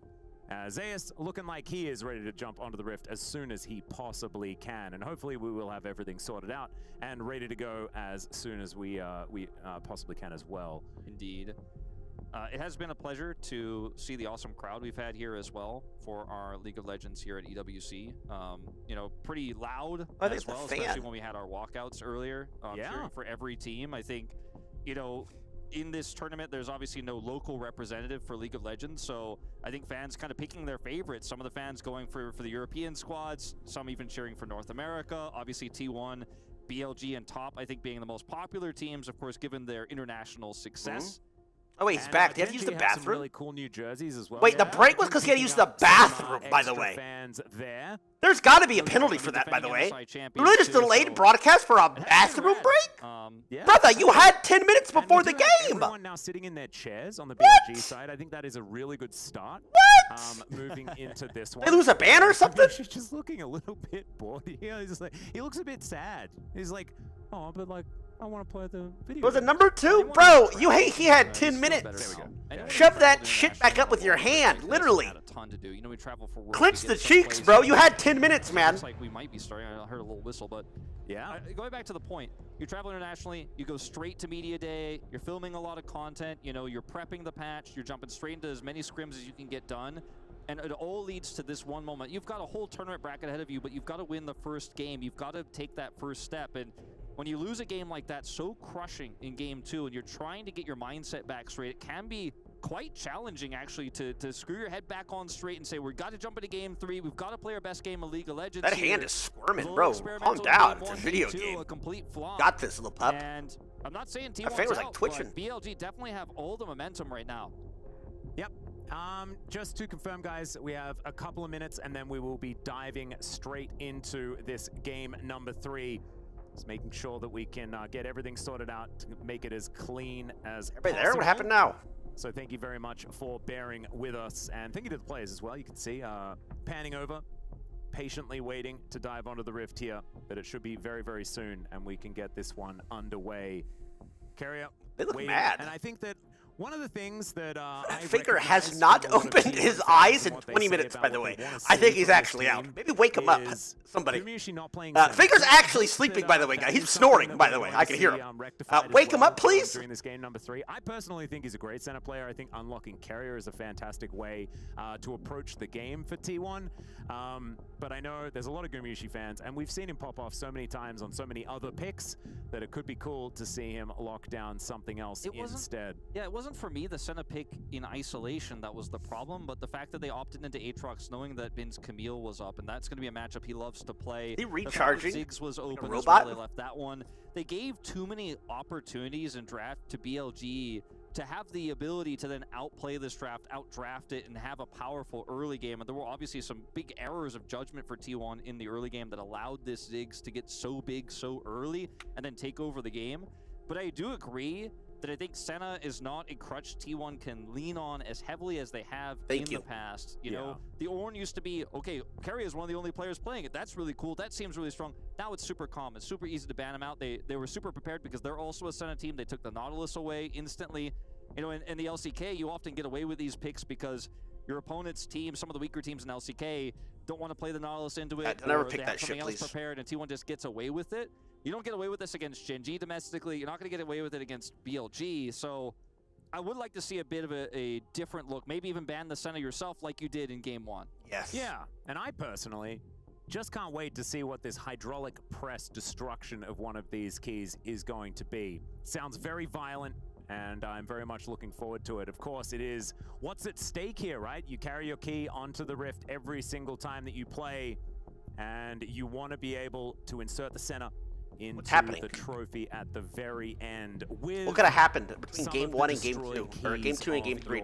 Fallen what technical issue? As well. Yeah, so incredibly cool. I mean, there's been a lot of discussion about who's keys you take if you win the tournament, and for me it would be every team I beat along the way. I would assume so, yeah. That's for me who I would definitely take, but I think for some of these other teams, you know, they might want to get some trophies of some other squads that maybe help them prepare for the tournament, for example. You get to hold on to if you're scrimming with G2, is that like a shout out or something like that? Yeah, you know, you could say that I chose G2's key because they helped us scrim and prepare, and yeah, they got knocked out in semis, but I want to keep their key as a memento because they helped us win this tournament. You know, something like that, because they're on opposite side of the bracket. There's a lot of different things you can do. But yeah, I do think the key, it holds some weight to it, right? When you see it on the stage, you know, we've showcased what it looks like. Oh wait, are they actually shattering it? You know, like, you're going to be immortalized for future World Cups to come. And you can see that trophy in the middle of the... Oh, I can see his notebook! Well. That's what all of these players are playing for. And one of them going to be able to make it complete here at EWC presenting League of Legends. Bro, it's so cold, by the way. And one of these teams could be the ones. Like, that's if we ever get through Riyadh, like because it's so hot outside that all the buildings, the insides are like blasting AC, like crazy. You know, the every building, it's freezing there. A lot of people saying, you know, it's best of threes. My favorite team might get eliminated early. And they blast AC at max constantly. Games, but I think you can really feel it in this series. Our very first series went to game 3. The momentum's against T1. T1, arguably the most popular team in the world, most popular team in this tournament for sure, even though Gen G is defending MSI champions. T1's legacy cannot be overstated. And you could feel the tension as this pause goes forward. I mean, they're probably freezing. Me, I was actually on that exact stage. Pause, but hyped by the tension that's building, right? Oh! We'll throw it over. We're trying to have her fill some time. Super excited. Sir, I wanted to ask, who are you supporting today? T1. Hey, sir. T1, who are you supporting in terms of players specifically? It's a Faker. Okay. Yeah, Faker, go. Okay. All right, so we know who she's supporting. She's holding a sign that says Faker. We are currently sitting at He's still sleeping. 1-1 in this best of 3. He's up! So, oh shit! Wait, look at his face! Oh, that's kind of epic. Oh shit, Faker opened his eyes. Oh shit. Oh shit, Faker opened his eyes. Now you guys are... That's awesome, and of course, for the deciding match, do you have any specific champions that you would like to see? Like Fades? Like Fades or Reese? Right, a Faker classic. Well, thank you so much for joining the interview. You say and Arissa? For the final thing, say T1 fighting. T1 fighting, Faker! Go, Faker! Come on, big Faker! Woo!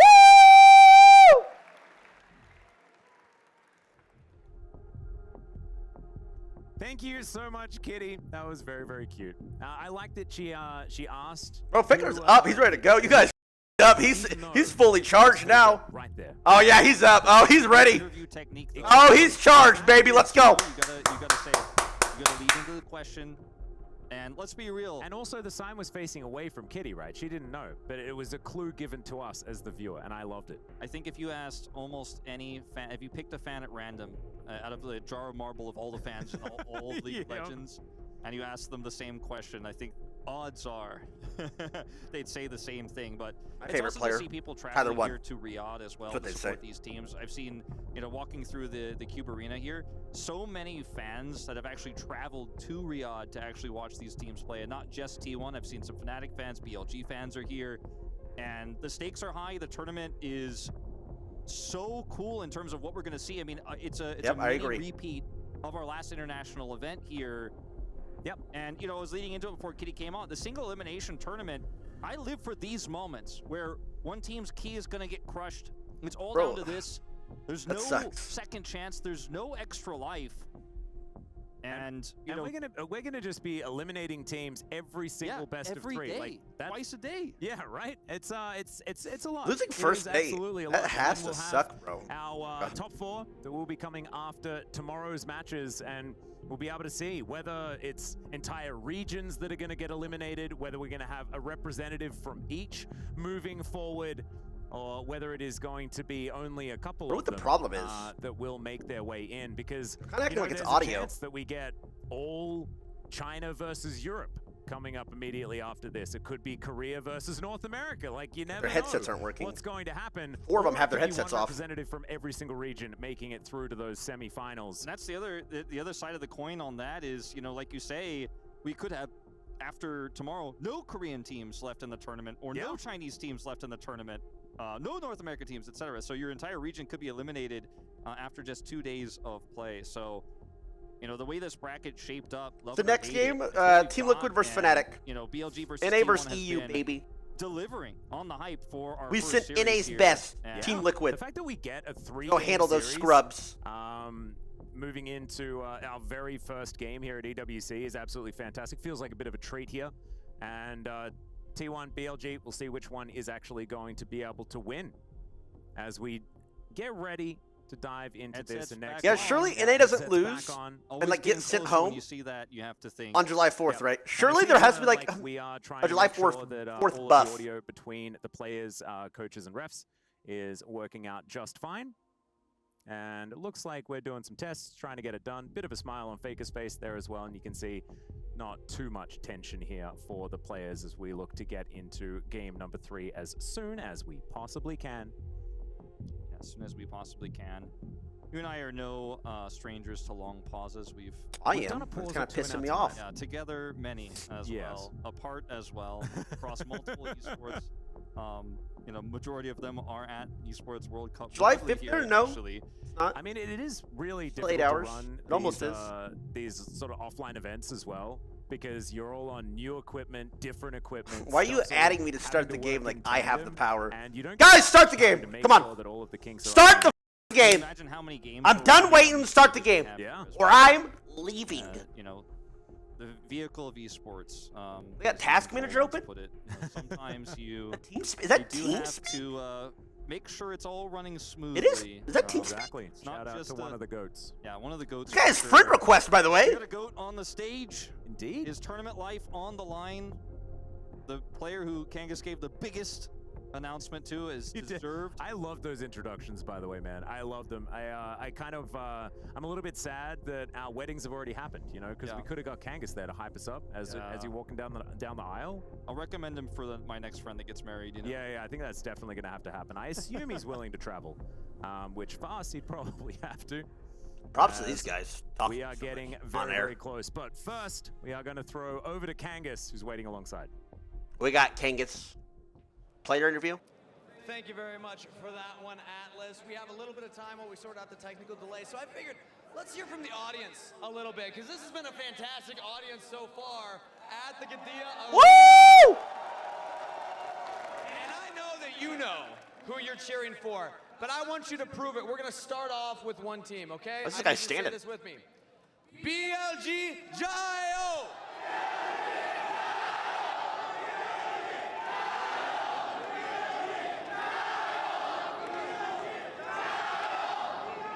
Coordination issues, but that's fine. They're trying their best. That's not bad. But we do have another fan base here that I've been hearing throughout the day. And I want to hear from them. And we actually have Fancy somewhere over there to ask them how they're feeling. Fancy, how are the T1 fans feeling?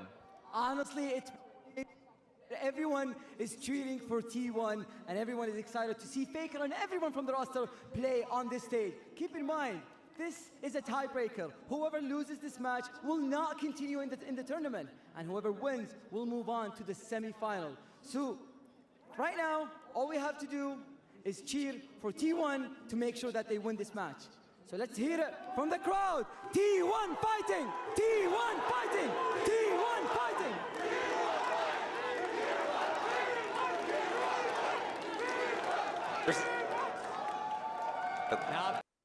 There is some. But I gotta say, I don't there is some coordination issues going on. There was one guy that I think was doing it intentionally. It's who cheers loudest for the team that they're supporting. So we're gonna do a battle chant, okay? We're gonna start with BLG, and then I want to hear T1 fighting as a I can't watch this, bro. Focus up. You can watch this. Come on, guys. BLG Jayo, T1 fighting. Let's do it. We all get it? All right. Everyone on board? Now, if you're cheering for one of these teams, make some noise, because this is determining who's got more. It's too hard. He's talking too much after. BLG Jayo. T1 fighting. BLG Jayo. Why aren't any of the front crowd doing it? There's like looking, guys participating. God, just start the game. Guys, you're sitting in front row in front of the camera. You have to participate. Stop just standing there, please. Just like sitting down. Thank you so much, Kangas and Fancy, for that one. I don't necessarily know whether we got a definitive winner at the end there. I guess we don't know who's going to win the series either, do we? Yeah, I think maybe what we're going to have to do is play a best of one between BLG and T1 to decide. It was going to be based on fan reaction. We were just going to play one game of each and then the fans decide. But instead, we're going to play a third game here to determine who the winner is going to be. Whose key will we're drafting alive, and whose will be getting crushed. Who will be good job, guys. Nice stalling. Nice stalling and filler. We're in. We're doing it. It is game number 3 time as once again. All right, come on. No, Cinnaband, good. Yeah, she's going to be taken away. Cinna's banned on the side of BLG. The Senna we wanted.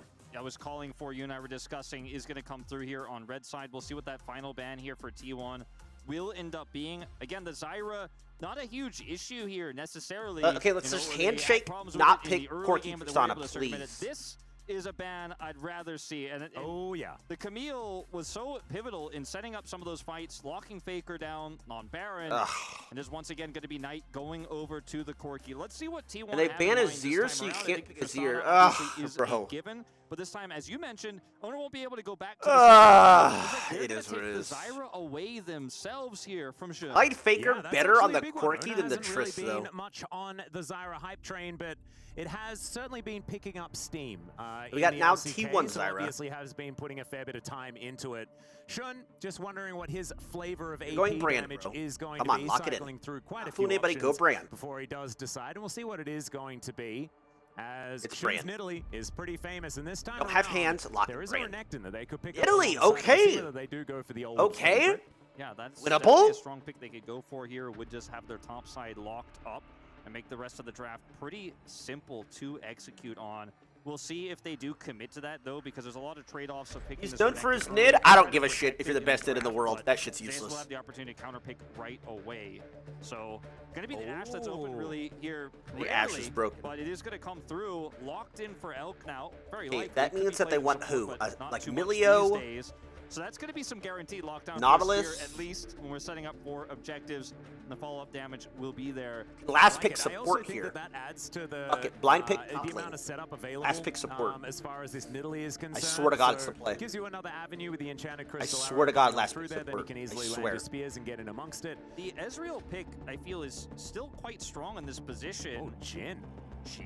Now, this is, if you're a T1 fan, this has always been a pick that's made you grip your chair a little tighter. It's definitely one of those, like, I'm holding on real tight here, Wolf, here in the caster booth. It does fit with the Zyra, you know, in terms of the setup they have, and in double 80 carry. I don't like this, that you don't shit, have to rely bro. on Jin's damage output as much. Bro, Guma is an auto attacker. You secure those Raven, Callista, Fury, like an auto attacker. And how there's not that much to Otto. To get onto the Jhin right now. I don't like his Senna. Places you could pick it in the draft. No, I would agree, and I'm just hoping that it's not picked alongside. Well, it's Zyra That's the only support. thing that I ask, and I have a feeling that that is not going to happen. It's also not going to be picked alongside a Leona, because Kerio was fantastic on that pick in game number 1. Zyra's support flex actually isn't bad here. Than we could have otherwise assumed. It still was very, very pivotal in locking down these key targets. So we'll see what is actually going to be left up as far as you can bait them into a engaged support pick and then swap so they can't play. Zyra does disgusting. They kind of banned everybody though. Never mind, they banned everybody. Very many safe picks. Okay, so they're forcing them onto an enchanter. Maybe they have to pick it on 4. The Cassante feels safe, I think, in a lot of situations where you have this second ban phase to kind of protect it or lead into it, because they're going for the Blitzcrank and the Nautilus, the scary engage. That looks so bad in their front line though. That still Braum can be picked, yeah. Braum just is not bad for sure here. Ashe Braum's actually really good. I kind of like the Braum. Ends up being banned right away. Bard? Is he going as Bard? Oh! Is a classic, the Jhin Bard bottom lane. Okay. I like this more than Jhin Yuumi, Wolf. Yeah. Kira, I do too, Bard. but it is still, you know, giving you a little bit of feeling of, will this work out in theory? You can set up the Zyra so incredibly well with Bard, and there's so many. I'm not sure we're playing to win too much though, but Rakan Rakan. journey to get her into a flank. The Recon felt like it was going to be pretty obvious considering they'd banned the Leona. Nautilus is already taken away, and they took Cassante instead of going for another support ban. So that draft gap, I pretty think. Easy, and it's very BLG's strong into Jhin. I think the champs are easier to play. Pretty safe here, going for Jax. You already have setup for the Jax. You can follow up Counter-Strike. You've got the arrow. You've got the Recon ult. Great to set up Nidalee as well in the top lane. So it's also safe into Twisted Fate, for example, that we've seen Zeus play so many times. The Jace could gameplay? be really cool. I played that matchup. It's actually fun. It has to be right. I mean, he's hovering a G champion here in Gangplank, so pretty decent chance, but that's the safest pick he could have in this. Play that matchup. It's actually really fun. Well. The double 80 carry. Sure, you've got an AP jungle, but Gragas is so safe, but he's really hovering this GP. Yeah, just keeping his eye on it. Na is not a G champion, even though it starts with G in the English language, so he's going to skip all the way over there. So it's going to be Na locked in. Definitely one of Zeus' best champions, was his debut champion. I hate that draft, I'm not going to lie. T1. So going to be taking that against the Jax this time around. I personally am a little bit Gragas biased as far as how well it does in the Jax matchup. But we know that Bin doesn't really care what the matchup is. He's just really, really good at Jax. I was a T1 predictor. I was one of the I think it's a skill issue. I think mid lane even, bot lane, it's skill. Form, even though they had that shaky loss domestically to KT Rolster, I think Ashe Rakan's easier to play than Jhin Bard. Okay, BLG looking a little bit rough around Nidalee jungle skill. AD mids, not as dominant as he otherwise has been. But I look at this draft in Game 3. Look at the setup. All the different types of engage, the follow-up damage with the Jhin on the other side. I gotta say, Atlas, I'm really leaning BLG in this final draft. I think they got everything they wanted. The Jhin pick came it's out easier to play. Even though they have Nidalee, I think it's just easier to play. And so they have the ability to now lock it down, blow it up. They've got the Recon, they've got the Ashe. We'll see how early game goes. We'll see if Nidalee gets any keys. If it's stalled out even, we talked about you can play for Bard pick. But is also legendary. Yeah, I think T1 really taking a risky draft here with this one in the final game. Didn't really feel like it came all together for me. I mean, it's true, but I love this top lane matchup just for one, just to like pull it aside, because it's Bin's Jax versus Zeus' Na. Like, this couldn't be more iconic unless you compare it to the last game, which was Camille versus the Aatrox. I think that this is getting we saved last pick for top lane, so top has to perform, right? These two, so very excited to see what's going to happen there. Field Guardian Bard, so that means he shouldn't roam too much. We saw it in game number 1, and it didn't quite work out, which is, I think, making us feel like it's not going to be quite as strong, but we know how impressive it can be. Yeah, it's not bad. I think it's because it's interesting games and interesting teams. I feel like if it was bad teams, that's boring as fuck. Discover the famine side. We'll see what it's going to be for Ona here, who we do trust on a lot of jungle picks. And the Bard for Keria, like, this guy is an absolute genius when it comes to utilizing a lot of the toolkits of these champions. That's what Bard is certainly one of them. I think he's really going to have a big role to play in this game. Not now, to be huge. Can definitely get them out not of getting dodge, paid, and my mods aren't getting really paid. help them set up for the Zyra engages. And in the lane, in the 2v2, he is going to be the one thing to stop the Ashe Rakan lane. He's going to be able to offer a little bit of healing, obviously a little bit of push, because if this Jhin gets dove early, if this Jhin gets collapsed on, the setup is there with the Rakan. Donating, get paid. Minus $5. This Jhin might be less than worthless moving into the mid and then late streaming game, is a job. And that is a big concern. Guma, positioning is going to have to be everything on this Jhin. I 100% agree. He's a fantastic Jhin player, though, and now it is time for us to get onto the Rift for the third game of this series. One team will be heading towards the semifinals, and one team picked T1 to win. Come on, you piece of shit. Home. Not empty-handed. Respectfully. The hand's not going to be as full as their opponent, and their keys will be crushed as well. Part that I'm very much looking forward to. We'll see it's who's going to suffer and who is going to be victorious here in this game. As once again, of course, the LPL has been playing Nidalee going for the ward, always. You know they're going to go for that ward. Seeing Tristana versus Corki every going red, they're going blue. Only generally in the first game, Wolf, is when that one comes out.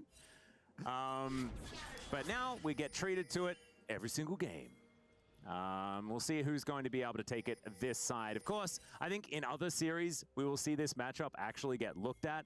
But I think there's just a lot to ban between T1 and BLG. As Faker going to spot on, the bone plating will be taken down here. All right, Faker Kind of a late respawn, and he has to start W. The rocket jump once again as Carrier. Now and one in trouble, and he's going to have to heal. This is the power of Ash. They're going to cancel his recall. Oh, he's not going to back. Oh my god. Carrier's got to heal. Faker greeting a little bit there as well. Really did not want to lock in that rocket jump, was playing with fire, but ultimately takes the damage. And so not only does he have to start it. W start, no HP, he has fleet. Earlier on in this series. Can't trade though. But takes the damage there as well, so Knight can push aggressively. Faker. Just W on top of him. Actually diving on in, trying to make sure that he's able to not trade back bad. Knight, but still has to sacrifice a lot of his health bar, as we can see. Not bad, all things considered. He's going to be farming. We do see this a lot in this matchup, but Knight really starting to utilize that. I actually like health this. lead that he's Oh, picked never mind. up, She's and Ono cross might actually mapping. be called in. You can see he's moving towards the blue side jungle of Wait, I BLG. kind of like that invade. A very difficult thing to do without. I mean, he had a reset level as we 1. Can see here, we know he is absolutely going to be fine. He's got to keep. You know, he's trolling. He's gonna get dove. He's not gonna get level 2. He's trolling. What are we doing? Fake, big fake. I mean, we took a 25-minute power nap for this. Him, so he has to play respectfully, and he's gonna back off. This was, I think, that rocket jump, that second one there, really hurting Faker as he has to back and try to catch this wave. He only took blue? Fortunately for him, Knight will back off. Yeah, at least he's going to miss all the Faker's CS. Going to be missing a little bit of CS Brother. here, as the minions do help him out with that last one. Checking in here on this bottom lane. We saw earlier on, BLG were able to put on a fair bit of pressure. Sneaking these volleys in through the wall there was Elk. Do like that cute little play. But T1, they have a fair bit of safety here in this lane. Did only take blue. I'm not sure that's worth it to buck up his path. Too good. This is a big stacked wave moving towards them as Elkanon retain some control here. So it's not exactly T1 starting off on the right foot as Faker going to dive in once again. The explosive charge is going to go off, and he does get that reset. You can't W on him because he flashes. This is looking scary for Faker in mid. It certainly is. Shun also here, but not going to commit. Just going to go for a heal on tonight. This is so awkward for Faker. Yeah, against him. So really awkward for him to CS, or he may just be killed. But he doesn't want to back here and TP in. Brother, you have to. Why did he not recall? You know, he's not down I think he didn't want to recall level 1 because then he doesn't get first such a wave, and then Nidalee can get invade. But moving in. That is going to be T1 securing the Bard flash play. As the grasping roots come on down as well, Shun able to grab the blue buff for himself, of course. Ono was able to steal his away, so it is going to be a 1-for-1 as far as those blues are concerned. But still, would have liked to get that 3-buff start there for Ono if it was possible. And on, looking for an angle here by the looks. Yeah, great start. He made it out of lane. Using that Pride to grab blue, and here comes on a ward though. Yeah. Teleport back from Knight as he gets towards the mid lane. He did actually get the crash, only down 5 CS. Going to collect some shellfish for himself. That's going to be a double scuttle for the Nidalee.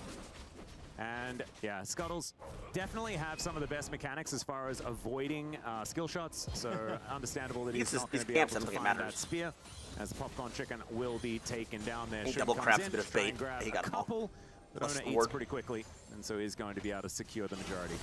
As here on the bottom side of the map, I'm just talking forever because there is just action all over the place. Elkanon taking a fair bit of damage as Magical Journey gets Carrier out of there. Meep Slap working out, and then not going to be responded to because he has that ability to move. Really? So T1 that much mana playing Jhin back quite well, and this is an isolated 2v2 once again. They know what happened last time. Going to have to be definitely very respectful towards On and Elk here. Even though Guma's Jhin has been relatively controversial in terms of his international performances on the pick, he's very confident on it. He's picked it up, obviously, in a lot of high-stakes moments like this one. Turn up the game? No. Raise your speakers. So you will see a back here for Knight to grab plated steel caps and rush back to lane. No TP. Faker will be able to push this wave and might be able to deny a little bit of CS. Meanwhile, yeah, there's a grand entrance. Carrier going to be the one knocked up here. As we can see, T1 still able to do a fair bit of work, but Carrier is the one that's taking the brunt of the damage. Needs to put down as much hot cocoa as he possibly can. Corgi went tabs first. That means Faker's going to go tabs first as well. He does have full advantage, so actually, he looks like he's going Zerks. This is for Gumushi, as it is filled right there. And now Counter-Strike going to come on through. Top matchup's going pretty well. Way out of it. Get a dive angle. Side, it is once again Zeus with a lane lead. We'll just have to see what Bin's going to be able to do as this game goes on, because we know from last game and from just Bin in general that it is never a good idea to count him out. No, I mean, Zeus has the range advantage in this matchup. He obviously has... The ulting for fun. There's also a huge wave. So yeah, ult for sure. Level 6, had Meganar. Like, Bin can't really do much here alone, and Zeus gonna try to push him in. with the last bit of that, but very scary prospect under the turret. Not quite able to get the plate. Other shields you have to bet on. People build tabs mid just to keep it no interaction. So when you see these Trist or Corki building tabs, it's just to make sure that the game stays 0 kill chance. Like nobody's getting solo kill. The advantage he was looking for on that play. Now we're gonna fight for grub. Quite lame. Yep, first grub going to be what it taken is. here for Shun. That's all he really wants. Majority of the experience going to be available there. Spear is going to connect onto Carrier as Faker's taking matters into his own hands. Explosive charge onto Knight there. He does have the reset in hand as the Buster Shot gets the Corki out of there. Magical Journey from Carrier isn't exactly the greatest as he wants to find the Cosmic Binding, doesn't get it. As the Battle Dance is going to be there for On. And BLG still just looking for these spears, looking for the opportunity to go all in, but not actually pulling the trigger fully. Oh, you can see this game is just on such a knife's edge right now. Every single exchange is so close to being swinging to one side's favor, but it is going to be the grubs that do go over to BLG. On and Shun are going to be able to take all three of these. Did they get Dragon? Jax, who's now proxying, as he was able to get a ton of prio up there top side, feels fantastic. As Owner is going to come over here and shadow Faker. Yeah, there's the grand entrance. Faker gets out of it as the grasping roots connect onto On, but it's not going to do too much. Gotta stop saying onto On, Wolf. That's Actually, I've been following this Zyra pick in pro play. Really in solo queue, I think it's pretty good in solo queue. Both these Zyra players. As the Flash Cosmic Binding's going to connect. Oof. Gumayushi trying to hold him in place, and now the curtains have been Both these Zyra players. Slowed down there is On. He's his big getting target for throttled. fourth bullet is going to connect as the arrow sails by. It looks fantastic, doesn't do a whole lot. Ash as T1 also not able to grab their prize as well, but they'll get themselves a Rift Scuttler, and that's at least something. Crazy no flash is used from BLG despite Carrier looking for the play on. I mean, it's fine, because it'll user lead. So. Get down, Mr. President, as Elk looking for the 1v1. Yeah, Gumayushi able to get into the fog of war there, into the Walk brush. back up, Bart's coming. Carrier making his He has way all down. sums. Elk Maybe they playing get very at least get a aggressively. flash. Dancing grenade, fair bit of damage, is not able to keep him in place there. So T1 not able to kill Elk just yet. Still has cleanse, still has flash, is absolutely fine. Yeah, no flash from Carrier on the earlier play, plus there's a cleanse available here for Elk, so there's no opportunity for Carrier to really make an impact there. Good read from Elk, knowing that he was maybe ultimately going to be safe to take that, even if Carrier did, show up. Nice back tonight from On. On is having an amazing series out. Yeah, he really is. And I we spent more time talking about it off the cast than we have on the cast, but the guy is just out of control good, stopping these backs, denying engages, the peel in games 1 and 2. Pretty incredible.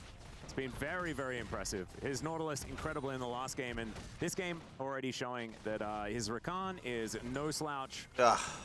And Elk will just have to see what he's going to be able to do. Oh my on god, his they're Ashe as well. We know canceling it's backs, they're banned getting mind so hard. Oh my almost god. perpetually in both the LCK and the LPL.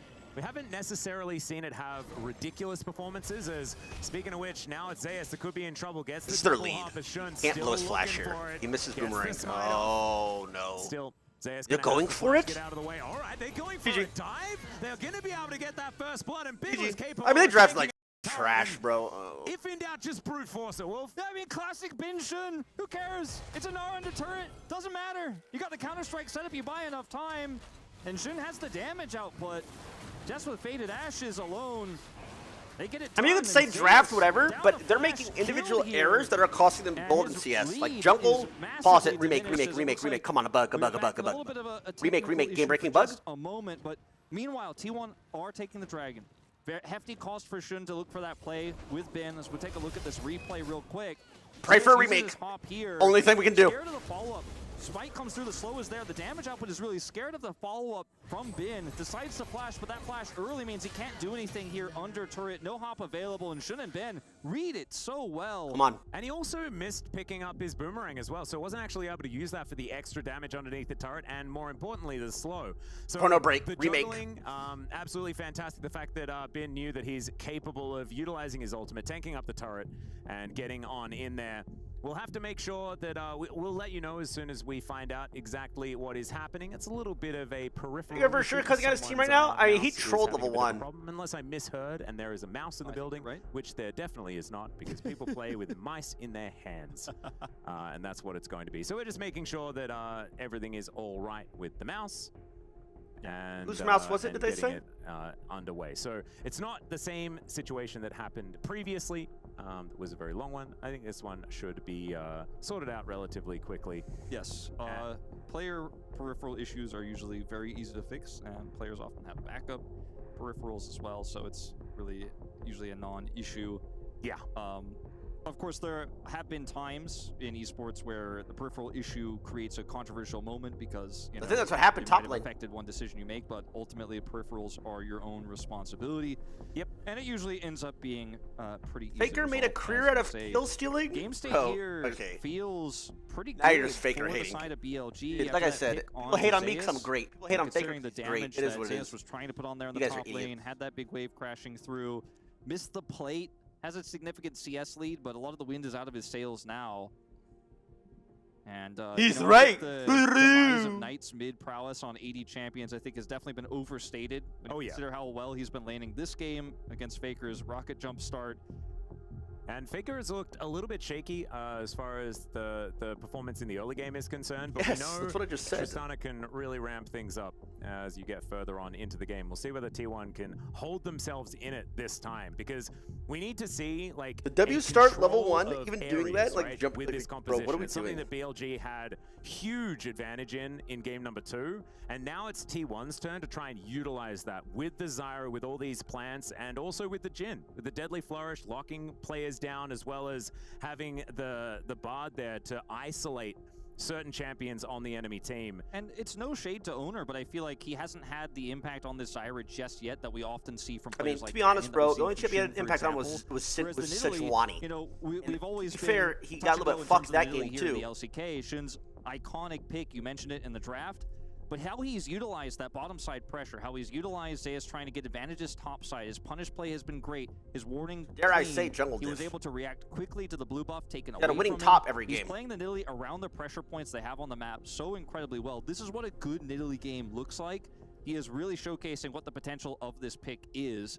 And even though he didn't get the setup spear after the Counter-Strike, for example, wasn't able to quite line that up to be a big impactful moment, you can see what it can look like if an Ash Arrow hits later on, and how much he's going to be able to control. He was hating on Owner? How am I always hating on Owner? Oh, wait a minute, was it Owner? That there isn't really a whole lot of on the side of T1 poke-wise. Remember, was that the Worlds where... potentially here. It does look like it's a Knight issue. Yeah, it looks like Knight having a very good time while was that the Worlds where sorted out and, they were picking like Jarvan LeBlanc mid and Faker was playing like Lissandra or shit like that, just surviving, getting ganked a million times. Nobody was playing for Faker. Or the left-hand mice. Knight's, you know... Was that the one? I got pissed because they were just like weak-siding Faker. Make sure he's got that working and set. Maybe that's exactly why everyone brings their own spares. As you can see, Knight giving the thumbs up that everything is good to go. And refs that was like the wait. Wait, I think things aren't actually good, but he like feels like he's wasting too much time, so he just said yes, everything's good. That was not like a confident. Yeah, I'm good to go. Maybe it's winnable. Focus Knight. Focus Knight. Yeah, no, maybe that was the reason why everyone had to bring their own backups instead of just going into the bargain bin of mice, because as soon as you are, and I'm left-handed, but I play with a right-handed mouse. Same. I think that I would be better at video games if I had started off playing with my left hand. Well, maybe that's why I'm not a pro gamer, Wolf. Maybe you and I'd be sitting where Knight's sitting now if we had just picked up the mouse on the left hand. Should have realized double left-hand it's players? Actually a superpower. I'm also left-handed like you, and lots of that both casters are left-handed. On the right hand. My grandfather was a left mouser. I heard something like there's a lot more lefties in the world, but as kids get older, or when kids are younger, they're like kind of forced to do things right-handed. So despite them being born left-handed, they actually operate all right-handed. He'd always know when I went to use even though they shouldn't. Play a cheeky game because I'd leave the mouse on the right side by mistake. Didn't get away with it because it's a right-handed world. It's a fun fact, not a left-handed world. A little factoid for everyone at home is that most of the people in the LCK on the commentary team I wonder what Sailor is. And it's just kind of weird. I wonder if Sailor's left or right-handed. Is there a way to tell when they're early? Or when they're going to be able to grab that dragon, as we were talking about. Jumping back into the game, ladies and gentlemen. It is almost a 1,000 gold lead for BLG. Nothing insurmountable at this stage, but still that element of control that they've been demonstrating throughout. Let's set stakes here a little bit. Notice that Faker is nearly 400 gold behind. First blood went to Shun on that top side play, but he's also massively ahead in farm, even into a Zyra. And they ended up knocking Zeus out his flash back available. All right, well, the game's back. What do we got? Man, the game state here is rough. This is gonna hit. That's a big old arrow flying towards Carrier, and that will land. Knight is able to get over the wall. Does Zyra die as well? Take down the Bard, and Una has to flash to get himself out of the way. Elk, man, the sniper from downtown going to be able to get a kill. That's not too impressive. It's just that simple. Just throw it down I mean, that choke, and it's like a 90% the Ashe arrow is there. You have a recon, you have the Nidalee Spear. And this is why Ashe is so heavily banned right now in a meta that has so much CC. Oh, okay. He has to ult, Nice. Nice. Strike. Buster Shot comes in. Jump. That's going to answer the lead really well. But still, I think Ben should be all right. The curtain call, not going to get enough done. And he's able to walk it off with that Grandmaster's Might helping out. But he has 6 grubs as well, huh? There, despite T1's best efforts. Knight gonna grab an additional plate. These lane advantages really starting to stack up. As meanwhile, up on the top side, yeah, Tempered Fate does come on down. Good Cosmic Binding there to connect onto On, who's taking a lot of damage. Elk still offering a lot back as well as T1 do defend their outer turret and those underneath it.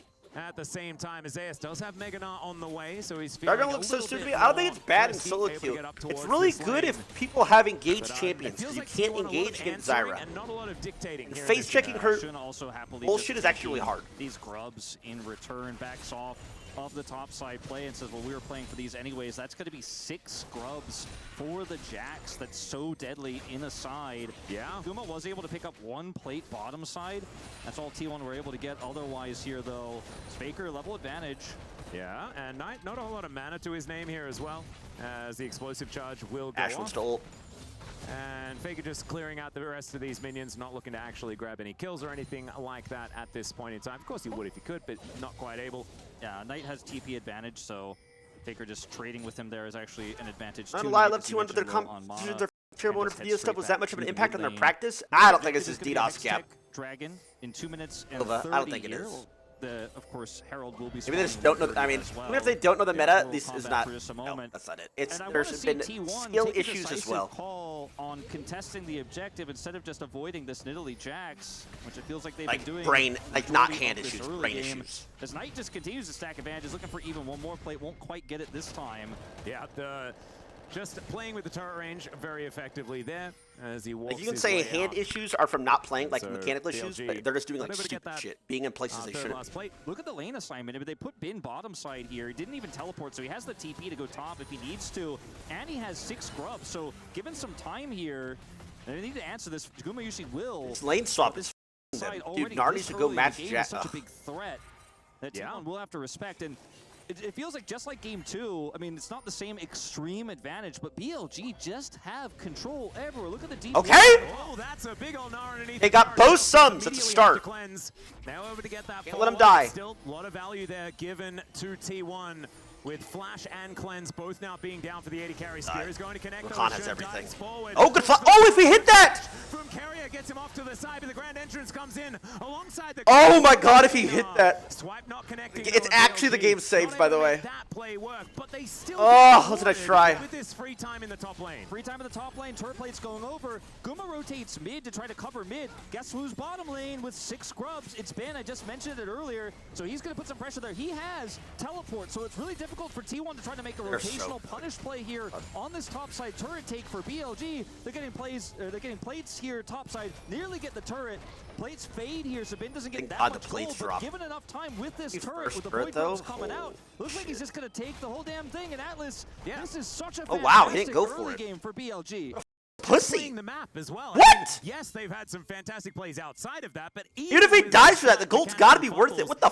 Doesn't matter because they're making plays at the right times. I don't think he dies there, but even if he does, putting their pieces down where they need to be, like the game of chess that is this early game, it's being played beautifully here by BLG thus far. That being said, still some opportunities here for T1, and with the fact that there's an Ashe with 0 summoner spells as this Drake is coming up, it could be an opportunity for T1 to find something here, and they need to. They really need to start trying to move the needle in their direction. Otherwise, they're just going to start bleeding out. The collector start here for Guma. Okay, he gets the W over that. Okay, he's dead. He's reefing. No damage to kill. They don't have the damage to kill Nidalee there.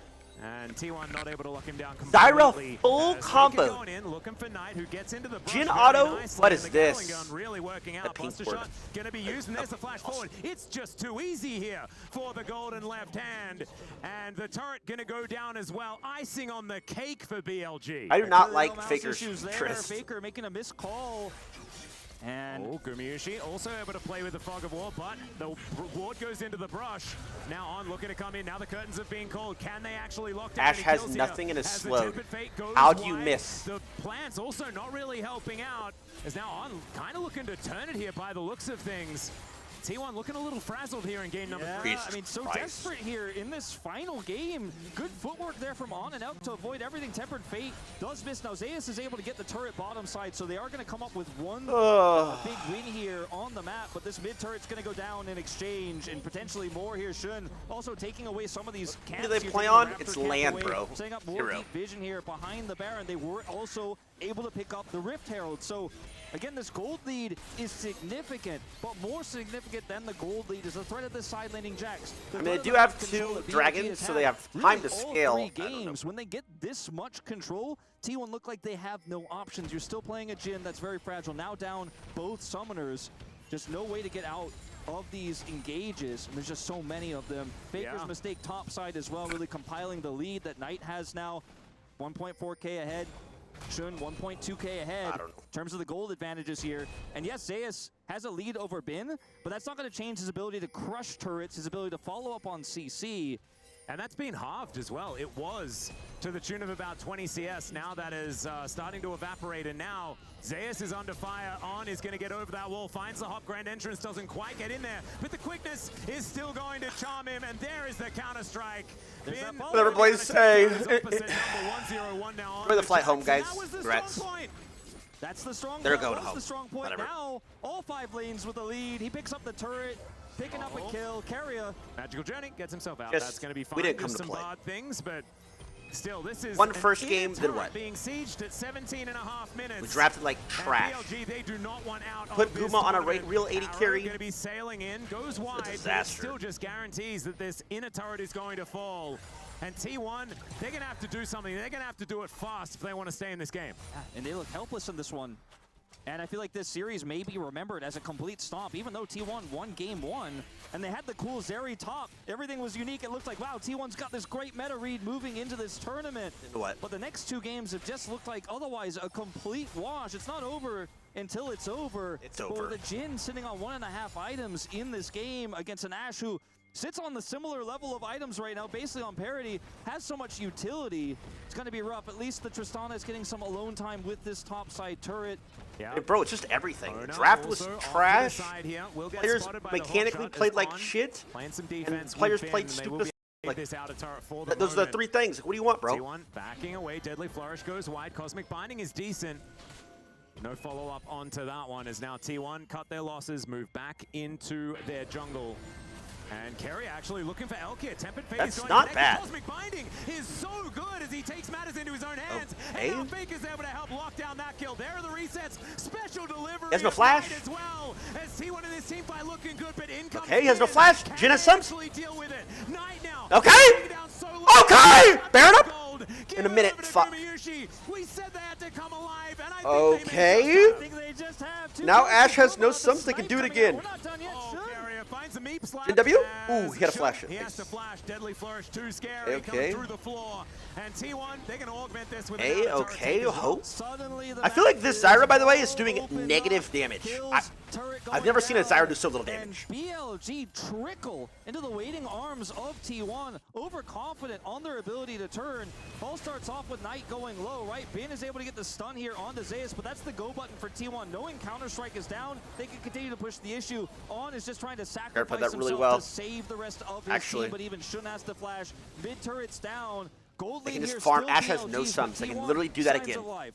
Yep, they've also Ash walks on the map. 2 of these Drakes as well. Do it again. It's Infernal Soul 3 for 3. It's just triple Infernal Soul. That's just what we're going to do here. Maybe the weather does actually play a part because, you know, you remember at the beginning of summer, we had some cloudy days, a lot of cloudy Drakes and Ocean Drakes and things like that. This time around, it is all fire for our first series at EWC. Jhin full bot IE. And I think T1 going to be pretty happy with being able to threaten that. And he has sums up for this fight. Okay, this fight. I think they just get this waiting, for free. not giving away his position there. As Carrier moves in. If played He's correctly. able to pick up IE off of that last fight. Khan used all their wards topside. Yeah. They have to give this. He is going to be hitting really hard wards. if they can set up more engages, if they can punish BLG again. Carrier, the man in control of those setups. Zeus, Can they trade though? You know, pushed in the top lane. Just Tristan's it out. bot lane. Had his Corki has to TP bot, right? Has, but Faker once again. Yeah, Corki has to given TP time bot. On the side lane, Tristana can do a lot. Pushing that top turret now, bottom side here, forcing a TP. Yeah, getting that teleport from Knight, actually a big deal. Has now been moving towards getting Carrier. back the out. Oh, I forgot they had Rift. That he has picked up, or the Gnar has no TP. Counter-strike going to be utilized. Deadly Flourish going wide there. They need Ashe. They need a R the Ashe.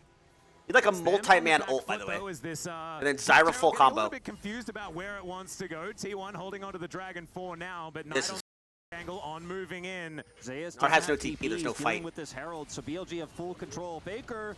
Yeah, there's another charge as the Inotar just there's no barely flash. survives. Faker Ooh, good play by Zyra. They shouldn't ulted. Able to get a few autos on down to 50%, but Faker. Hey, looks good actually. See whether he's going to be able to use. Ars Mega's coming perfectly. Find the mark. Neither does the Cosmic Binding. Zeus back with Narbar too. BLG need to be very careful about how they approach this. Yeah, Zeus definitely. Come on. So BLG could just bide their time, but it looks like this fights the game, this one up with that control of the area that they do have. Narbar down to 50%. T1 gonna have to waiting pull out that Nars trigger Mega relatively soon, as Spears not quite connecting onto that Gnar, and you can see BLG. They're not wanting to do anything until there's a mini Gnar once again, and now it comes. Okay, they got the smite. The Dragon going Rakan? on in actually a lot of trouble as the curse is being called. Oh! Just gonna be sniped. No one was the there. subs! And now Elk is going to get slowed down. Shun is here with the rest of the team, but Bin is nowhere in sight. Everyone's a squishy, and there's a deadly flourish onto the Nidalee. Okay, I think they gotta back off. I think they gotta back off. Bin's gonna be able to join have to back the off. other three. The BLG are getting closed in on, and this is not their side of the map. Ooh, baby, they play it slow. Okay. There is another snare. Okay, nice buffer by Faker. Okay. He's the target in the hyper. He's Mega. Boom! Woo! Yes! Yes! Clean! Actually, what the fuck? They played that so well. What the fuck, bro? He wasn't there. That was a big part. Holy shit! The dragon. He was so close to getting TP. Wait, they all played that fight so crispy clean, get some push going, beginning to end. Drake to T1, but as BLG close in and he teleports over, T1 very careful team fight there, so measured, and Gumayusi doing the big damage. He went from irrelevant to 305 on this 2-item spike, and now they're gonna get Baron. They take a gold lead for the first time in Oh my god, let's go, bro. And this perfectly sets up for Soul Point as well, in case something happens. Oh my god, let's go, T1's in it. But all it takes is one good team fight. Oh, you guys got ads during the fight? Dude, sub up or shut up. It is what it is. Sub up, bro. If you're not, I'm gonna have to figure out how to skip ads or get ad block. Sub up. I don't have to tell you. Sub up or shut the f up.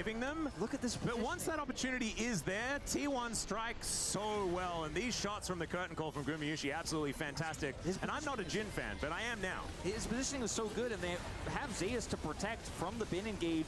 On was too far away to punish. Zeus says, get back. I don't know. They had full Baron control. I think they just give that Nothing else can Dragon. do at the end. You could see I don't know what they. desperation here. T1 played it very well. This game was completely theirs, but it is very quickly T1 favored now. Wow, they were down 5,000 gold. Not going to quite land as the Tempered Fate does go down, but Elk not going to be too worried about it. What are we doing? Still just going aggressive. What the f are we doing? Kill him. Not entirely sure what the game plan was there, but Shun's still going to take so much damage. Faker just straight up Goomba stomping him. Ooh, close. Oh my god. Ashe has some. He's going to be respecting it. Oh, nice flash! What the? Was that blind? From the Gnar is going to be there still. Wait, was that a blind flash? Wait, no way. As this game's getting bloody. It's getting bloody. We're doing a little bit of mechanics testing here, limit testing, and we're getting deep into these fights. There's a nice try there, but it's not enough from Faker. Root here No, he's a young 29 like me, by the way. as this gold lead for T1 now ballooning into 3,000. Go, boys. This time their sole point here for Infernal. I think that was blind flash. It's really awkward, really messy. After Keria goes down, they trade the kill onto Shun. He had vision of Jax and Rakan. His aim on these curtain calls has been fantastic, but then this I don't know. is a step too far on trying to save the play with the re-engage there, but fails. And it was he's a young 28. Oh, nice. From Zayas, but the quickness from On actually delays the Gnar so that he's not able to get 3 into the wall. And I don't know whether he intended it, but honestly, I'm going to give it to him because it was very, very well timed to make sure that it wasn't just everyone destroyed. He's just so down to sacrifice himself to Maybe try to we're make just the play. biggest On fans. I'm happy for it, though. I'm down. He's having At 28, you were doing play play that. At 29, I'm really doing is. like that. It's Stop not it. over yet, but it is certainly T1 favorite. In 75 seconds, that dragon is going to spawn, and BLG need to be there. They have a 6 scrub Jax. What a throw! Jax teleport, but unfortunately, they don't have enough control over the map to utilize it to pressure T1 very easily.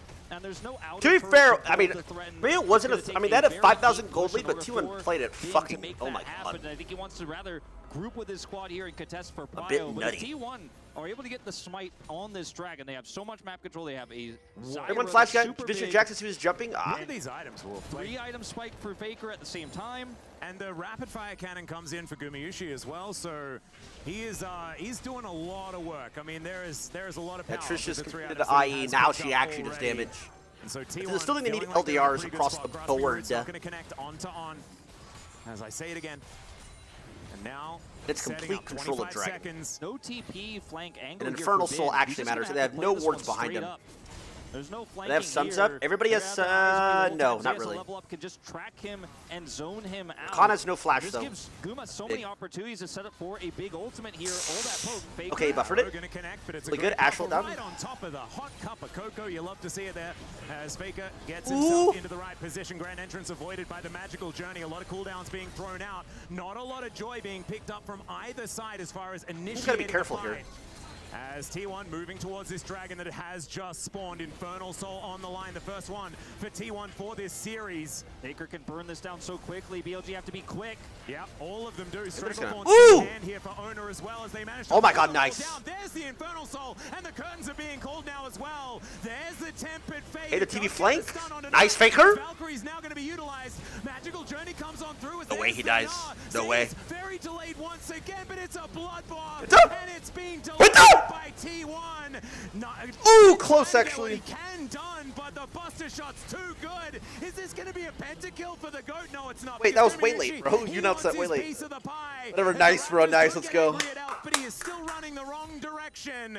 And I think this hunting party from T1 will be able to take down their prize. Unless, well, Magical Journey does come on through. Volley from the Now we're brush playing gives for away kills. his position, and Elk is buying a lot Actually, of this time. stalls death Any timer. time here in the mid lane, though, T1 Yeah, just that's pushing true. it down right away, just taking this inhibitor. Elk buying a lot of time.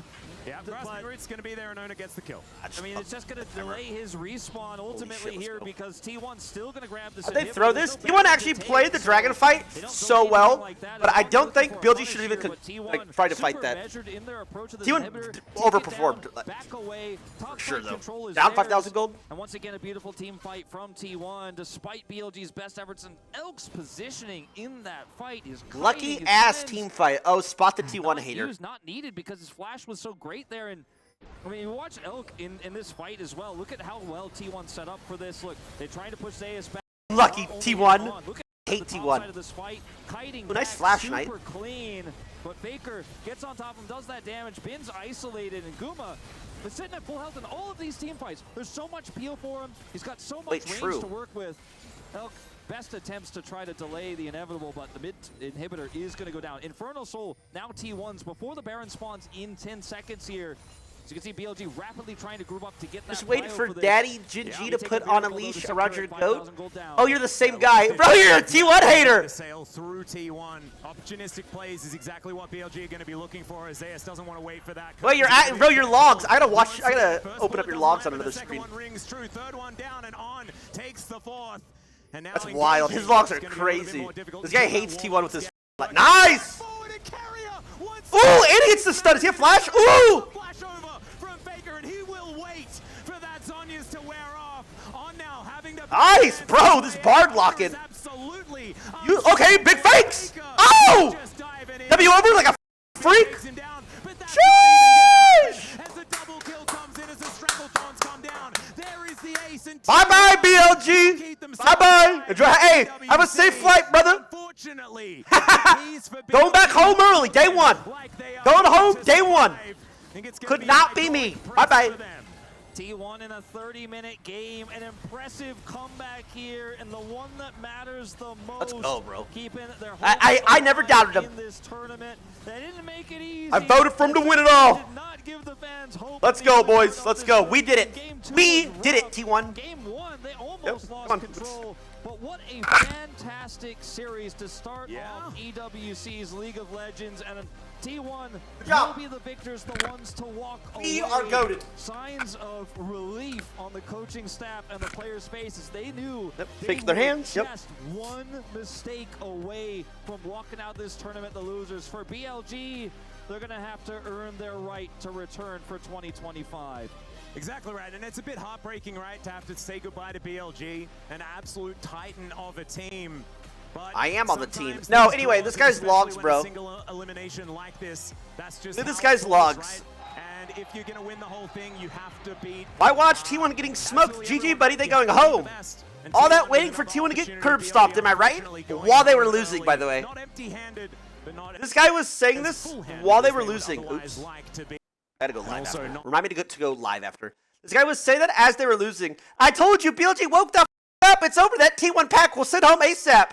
You gonna wave them home after when they get stomped after this? Then he look. 14 minutes passes. 14 minutes. He comes back. Disgusting how lucky T1 is right now. Getting stomped by BLG. Ha! T1 fans and Megalol, don't worry. GG has all your players in a choke. Don't get your hopes up. But getting lucky wins versus BLG. Lucky ass team fight. Just wait for Gaddy GG to put a leash around your goat Lamont. Like, bro. Like, dude, these T1 haters are wild. Wild. BLG to please present the key of BLG to Zeus, as you were able to finally defeat them in a best of this year. Wild, bro.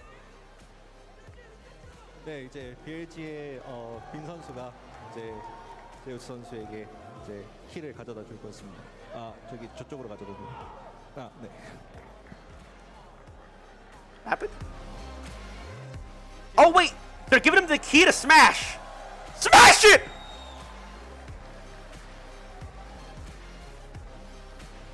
All right, Zeus, you finally were able to take down BLG. I know it's been a long history between your two teams. Smash their key! What was the difference this time around from MSI? 일단은 BLG를 상대로 드디어 격파를 하게 되셨는데 제우 선수 BLG 이렇게 마침내 MSI를 뚫고 이제 MSI의 그 복수를 하시게 된 소감이 어떠신가요? 일단 사실 마지막 판도 좀 많이 불리해져 있었는데 그래서 게임이 좀 힘들 줄 알았는데 생각보다 너무 팀원들이 잘 해줘가지고 저는 No, it's not a trophy, it's a key. 이겨서 너무 좋았던 You get a key. Okay, everybody has a key. When you beat them, you get their key. Break it. And I thought I was going to lose, but our teammates and I have done better. So I think we thought they were gonna lose. Finally overcame. Now we saw a fun pick in game one with the Zeri in top lane, and I know that this is a new patch that you're playing on. How has preparation been for this event for T1? 이제 1세트 때 제리도 꺼내두셨고 이제 패치 이후로 좀 많은 변화들을 이제 좀 준비하신 게 많은 것 같은데 좀 어떤 준비 과정이 있으셨는지 궁금합니다. 일단 제리는 사실 크산테 카운터 픽으로 좀 옛날부터 많이 해왔던 픽이라서 되게 자신 있게 좀 제가 어필해서 꺼냈던 것 같고 막상 대회 오니까 좀 생각보다 저는 것 같아가지고 근데 그럼에도 불구하고 너무 팀원들이 잘 키워주고 잘 해줘서 이겼던 것 같아요. Well, I mean, for the Zeri pick, of course, I thought it was a confident pick because obvious. You ever think the translators lie or something to say some stuff that they never said? Even though I said? picked it, but I was kind of shaking because it was a little nervous. But our teammates helped I could tell me, he was shaking. Getting through that. Because sometimes the players say a whole bunch of stuff, like a lot, and the translator, there's no way they can like remember all of it, right? Are you the best NAR in the world? 그리고 나를 3세트에서 픽을 하셨을 때는 되게 자신감이 있어 보이셨거든요. Or like the commentator, like the interviewer will ask like a shit ton of questions. 나르라고 자신할 수 있으신가요? 네, 저는 제가 나른을 세상에서 제일 잘한다고 생각하고 근데 좀 버스 잘 탔네요. 그래도 네. Well, I can't say I'm a best NAR in the world so far, but for that match, I think I got carried a bit. No, you did carry, bro. Thank you so much, Zeus, for coming on. Thank you, everybody, for making so much noise one more time. Is he gonna break it? And we're gonna be right back with more Esports World Cup featuring League of Legends after this break. He's not gonna break it? We're gonna see them break the key? Or wait, I don't think you have to break the key. You don't want to.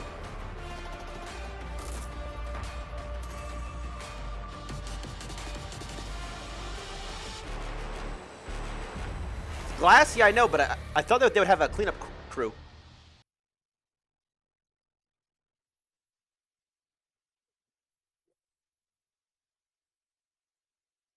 What game's next?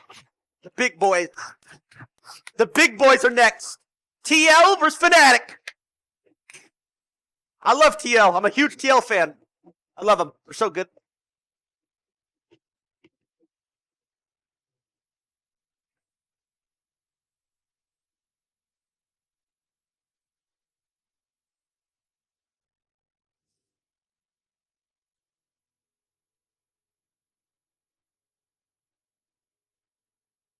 And the real teams, not these Mickey Mouse teams.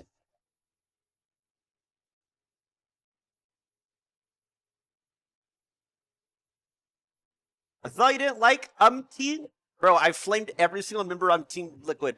Except for Eon. And what, is Impact still their top laner? Impact, I think.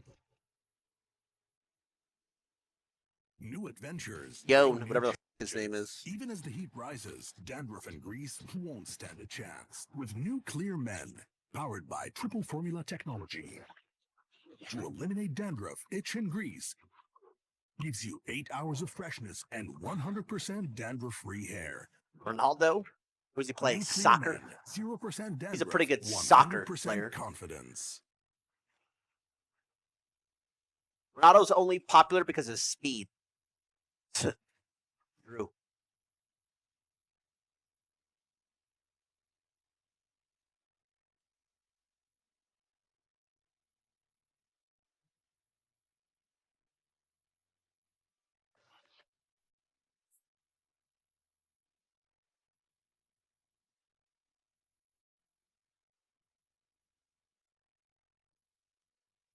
Right for the summer. I get to see it summer. Maybe we see next year. Bet.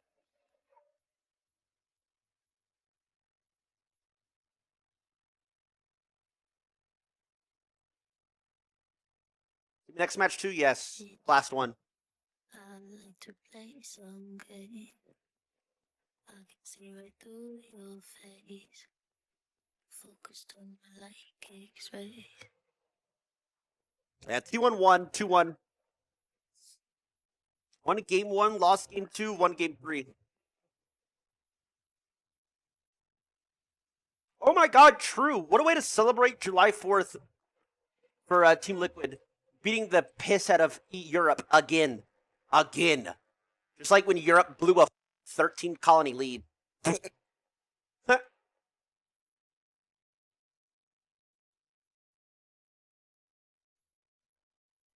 Dog shit Europe.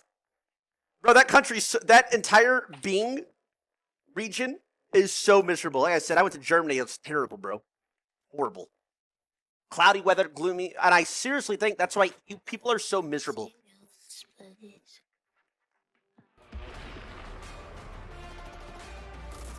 They're so miserable. Because, I mean, the weather is just a shithole 90% of the time. Their food's disgusting. They don't have AC or, like, correct heating, right? They don't have AC in Germany, by the way. You guys knew that? I went to the airport. It was hot as Why? Where was the AC? There was no AC in the airport. It was 100. Like I was like, what is? I was sweating while sitting at the terminal. I had to go upstairs to like the 3rd floor. A valiant squad. but they struggled to close it on out as T1 found the answers, and there was nothing left for BLG. Could not run the T1 will move gauntlet. on, and Couldn't BLG hold on will to a have their football to keys save his life. crushed. Imagine him trying to Unfortunately, play and that's running just back how against the Georgia crumbles in Bulldogs. this one. He'd Degon be asking the alongside ref for a Ox yellow and Valdez. card. Ha, ha, And let me ha. tell you, these Ew, ha, ha, ha, ha, LCK ha, analysts had no doubt, Garbage no basket doubt that all of T1 EU were is. gonna pull this It's one okay. out. You get mad. You're about to get really mad after NA wins, and we're waving you bye to the airport. Memory issues, yeah. Nice little 6-hour flight for the boys, right? I think it's like 6 hours away. Best of 3. Nice little 6-hour fly back home, EU. Enjoy it. Hope you guys got first class. You probably didn't because that country's... Is EU a region, a continent, a country, whatever it is? Because that region's broke. It was kind of a crazy game 3 as well. So you guys are flying economy class back BLG were home. going to win after the big early lead, and then T1 were able to come back in a couple of crazy team fights, but kind of showcase what they had in their composition, even from behind, to get it done. Yeah, especially given the fact that in game 1, Jun looked not so great. In game 2, he looked immaculate. True, Game 3, they're taking the tram. No, the tram. They were You're gonna very take much the trolley home. of the You take the early trolley game. home. We could take a look at this draft Fanatic. as well. When we saw this draft, Ox, it was very, very surprising because I Take think the trolley. many people were like,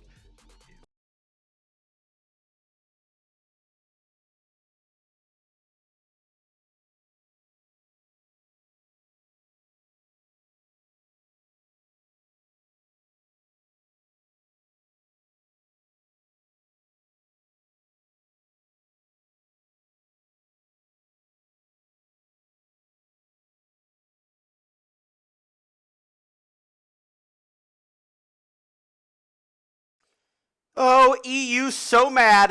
Oh, EU so mad they made me kick my PC cord. With this game in a huge way, or at least you're thinking. They get a very nice gold lead, but it's not quite enough for them to... EU. Can't even keep me down. احمد خبرني شوي عن هذه المباراه خصيصا. صراحه زي ما قلت انت زوس كان اون بوينت صراحه، احنا رفعنا في بن بشكل كبير. بن صراحه I gotta open up all my stuff. ولكن في هذا السيريس انا هروح مع زوس وانا مغمض Is تماما. this language? حتى يوم Did I شفناه do يوم something اخذ wrong? كونتر بيك بالكميل وهو كان معاه اتروكس، شفناه شلون تركيز عليه بشكل كبير، ومع ذلك كان متقدم. نفس الكلام في هذا الجيم، تركيز عليه بشكل كبير ومع ذلك متقدم. صراحه زوس كان طبعا الوردز ام في بي، يعني ما يحتاج نتكلم عنه. الوردز ام في بي جاي اليوم يثبت نفسه، يثبت انه البيتر توب في هذا السيريس. يا ومتفاهم انت نقطتك، حكيت انه كيري هو الام في بي، خاصه بالكليب اللي شايفينه قدامنا هو اللي قدر يجيب البيكس اللي فعليا انهت الجيم. فكيريا بالبار تبعه خرافي. الليونا يعني بما يعني احنا ثلاثه قاعدين نتكلم وكل واحد عنده راي مين هو الام في بي، بيحكي لنا قديش البرفورمانس تبع Did I do something wrong? Am I in the wrong channel? ايضا اجين حابب احكي عن قديش الفورمات تبع التورنمنت بروتل. بي ال جي برا وتي 1 بيكملوا معنا في السيمي فاينلز. Is this the main channel? Did I f*** up? المباراة القادمة. ووصلني خبر مين هو الام في بي والرجل اللي كان صح. درام رول بليز. انه سوى شغل كبير. This is the main channel. دي حقيقة الصراحة، يعني زي ما اتكلمنا، يعني تي 1 جيم 1 ما كانوش هيكسبوا من غير اونر، صح؟ Nothing pops up. من الهايلايت ترجع جيم سجواني خرافي. Do I have to watch it on Twitch maybe? كانوا واخدين اللقطة فعلا، بس الفولو اب بتاع الزايرا دامج على البلاي الأساسية اللي طلعتهم عامة من خلينا نقول المأزق اللي كانوا فيه، كان سببها الأساسي طبعا كيريا بالسيت اب، جومايوتشي بالسيت اب، بس بعد كده الفرشة بتاعت زايرا بعديها هي اللي رجعتهم للجيم. فالصراحة اونر بيثبت لنا ان هو but that final shot still catches the Ash, and now they're on the wrong side of the map. They're trying to disengage, they're being chased down. They actually call a TP in from Bin, which seems like the only decision. You can't. Shut up! You're mad. I'm not even listening to what you're saying. Minus whatever money you sent. You need that more than I do, EU. It's just doomed. Yeah, looks a lot like fight number 2, except this one, you know, BLG, they're totally caught. The entire team. Holy. You so mad you're donating money to me that you don't have. I know you don't. Trust me, I know what your economy's like. You don't gotta get so triggered, okay? I'll let our gameplay do the talking, yeah, okay? Look at the very end of that highlight. Still the gold lead in the favor of BLG, which showed how dominant they were in the early game. But after I'll let the gameplay do the talking, okay? T1 seal the fate of BLG, where it's a decent fight, good hands, good look here by BLG, but T1 just too far ahead. Yeah, and I really want to praise Kerry. You can see him there using the magical journey to dodge the knockup. And his bard picks really brought this game alive for T1. It's such a finicky pick. He very did cook. easy to not quite have the impact you want, but he really popped off on this one.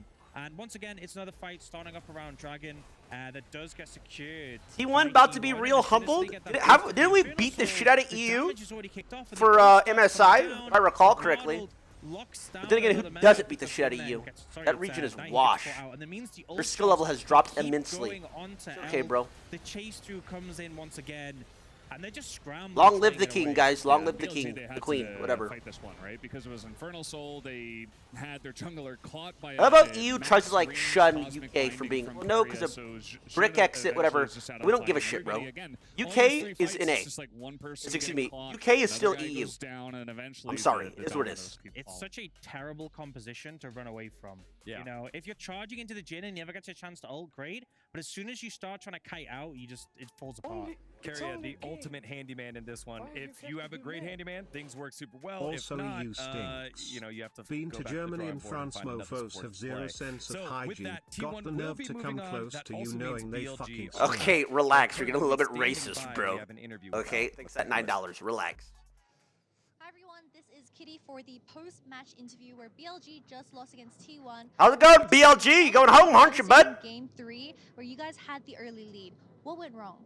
就是刚刚呢比较可惜的1-2输给了 T1， 你觉得就是可能这个关键点在哪里呢？我觉得最重要的一波应该是我们在上路河道那里被开的那一波吧，然后那波非常亏，然后其实我们也是有点不小心吧，就是给了这波很大的机会，加上后面我们打团有点急，所以后面就打团没打过。 I think it's because of the top lane match. I think we got engaged in that fight, and further on we were too rushed in the other team fights, and that's kind of the key element in that.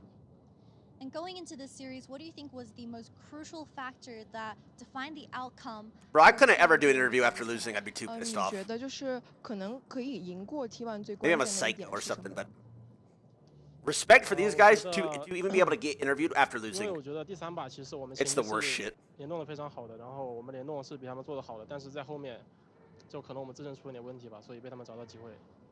I think in the early match, in the third game, we actually coordination is really well, but I think we got. You ended up losing to E-Robin chess? Yeah, I was pissed. Eventually. Pissed.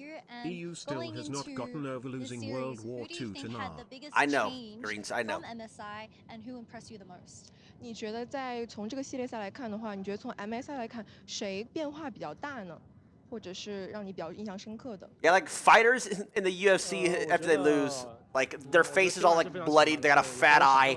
They literally just got knocked out. Like, bro, why are you interviewing them? Like leave them. Like they just got their ass kicked. Literally, leave them alone. 受了抢赢的心态来了，但是还是没能赢下，但是我知道他们都非常强。 I think, as I imagine, T1 is always really strong opponent. Maybe in MSI, the patch wasn't really suitable for them, but right now, I think they're getting stronger. Even though we really want to win this over the series, but unfortunately we lost to them.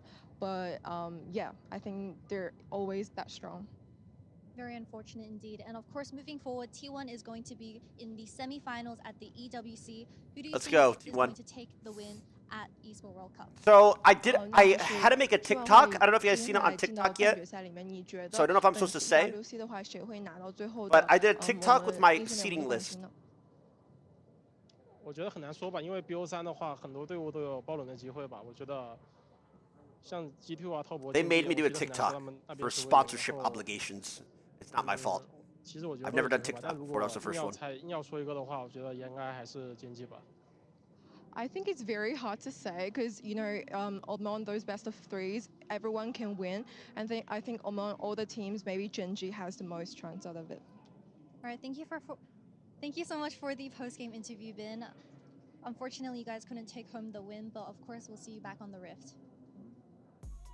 Thank you very much, Kitty, standing by. Anyway, so I made a list of worst to best teams at this. Live TV, that happened. I don't know if it got posted, so I don't know if I'm allowed to say. I mean, check the World Happiness Ranking all right, well, thank you, Ben, for that interview again. Always, literally I think, huge respect to a player that wants to step up and have that conversation after a tough You're mad. Yeah, Minus I mean, I $3. think Ben is a player who always is very reflective. Minus $3. And always very No, respectful. my list was worst to best. I rated it worst to best. T2 worst. Fnatic. But it's always Bilibili. Between BLG Top. and T1. The last few times they've matched up at internationals, it's gone FlyQuest. BLG T1, BLG T1. Team Liquid. So, you know, he's Gen been G. coming for them at Worlds. Oh, definitely. Valdez, T1. closing thoughts here on this? I mean, it was just a very close series. It's hard to say that T1 are the better team right now, but I think they got the better of them today, and best of luck to T1 in the future. You know, talking about Gen.G versus T1, I think that we might just get that matchup again later on in this tournament. Again, that was the favorite that Bin had thrown out there. We'll see Gen.G later on in this tournament, of course, against Top Esports. Let's take a look at the bracket. Now that this first match is done and dusted in the inaugural Esports World Cup, as T1 will be moving on, and they will face the winner of our very next matchup. NA versus it's gonna be stand up. It's time. Team Liquid versus Fnatic. Going to be an absolutely fun. American made right here, baby. As well, because last time they American made. Team Liquid beating Fnatic the first time Fnatic has lost to an NA team in a best of series, so they definitely want revenge. And obviously, it's a hard matchup going in the semifinals, but all you can do is focus on the game in front of you. Valdez, you're going to be on the Team call Liquid for beats. this matchup. No, I still what want is T1 to something win. that you are looking out for on this? I think it's just going to be a bloodbath. Like, we already saw it between T1 and BLG. It was so close, so back and forth. I think we get the same thing here between these two teams.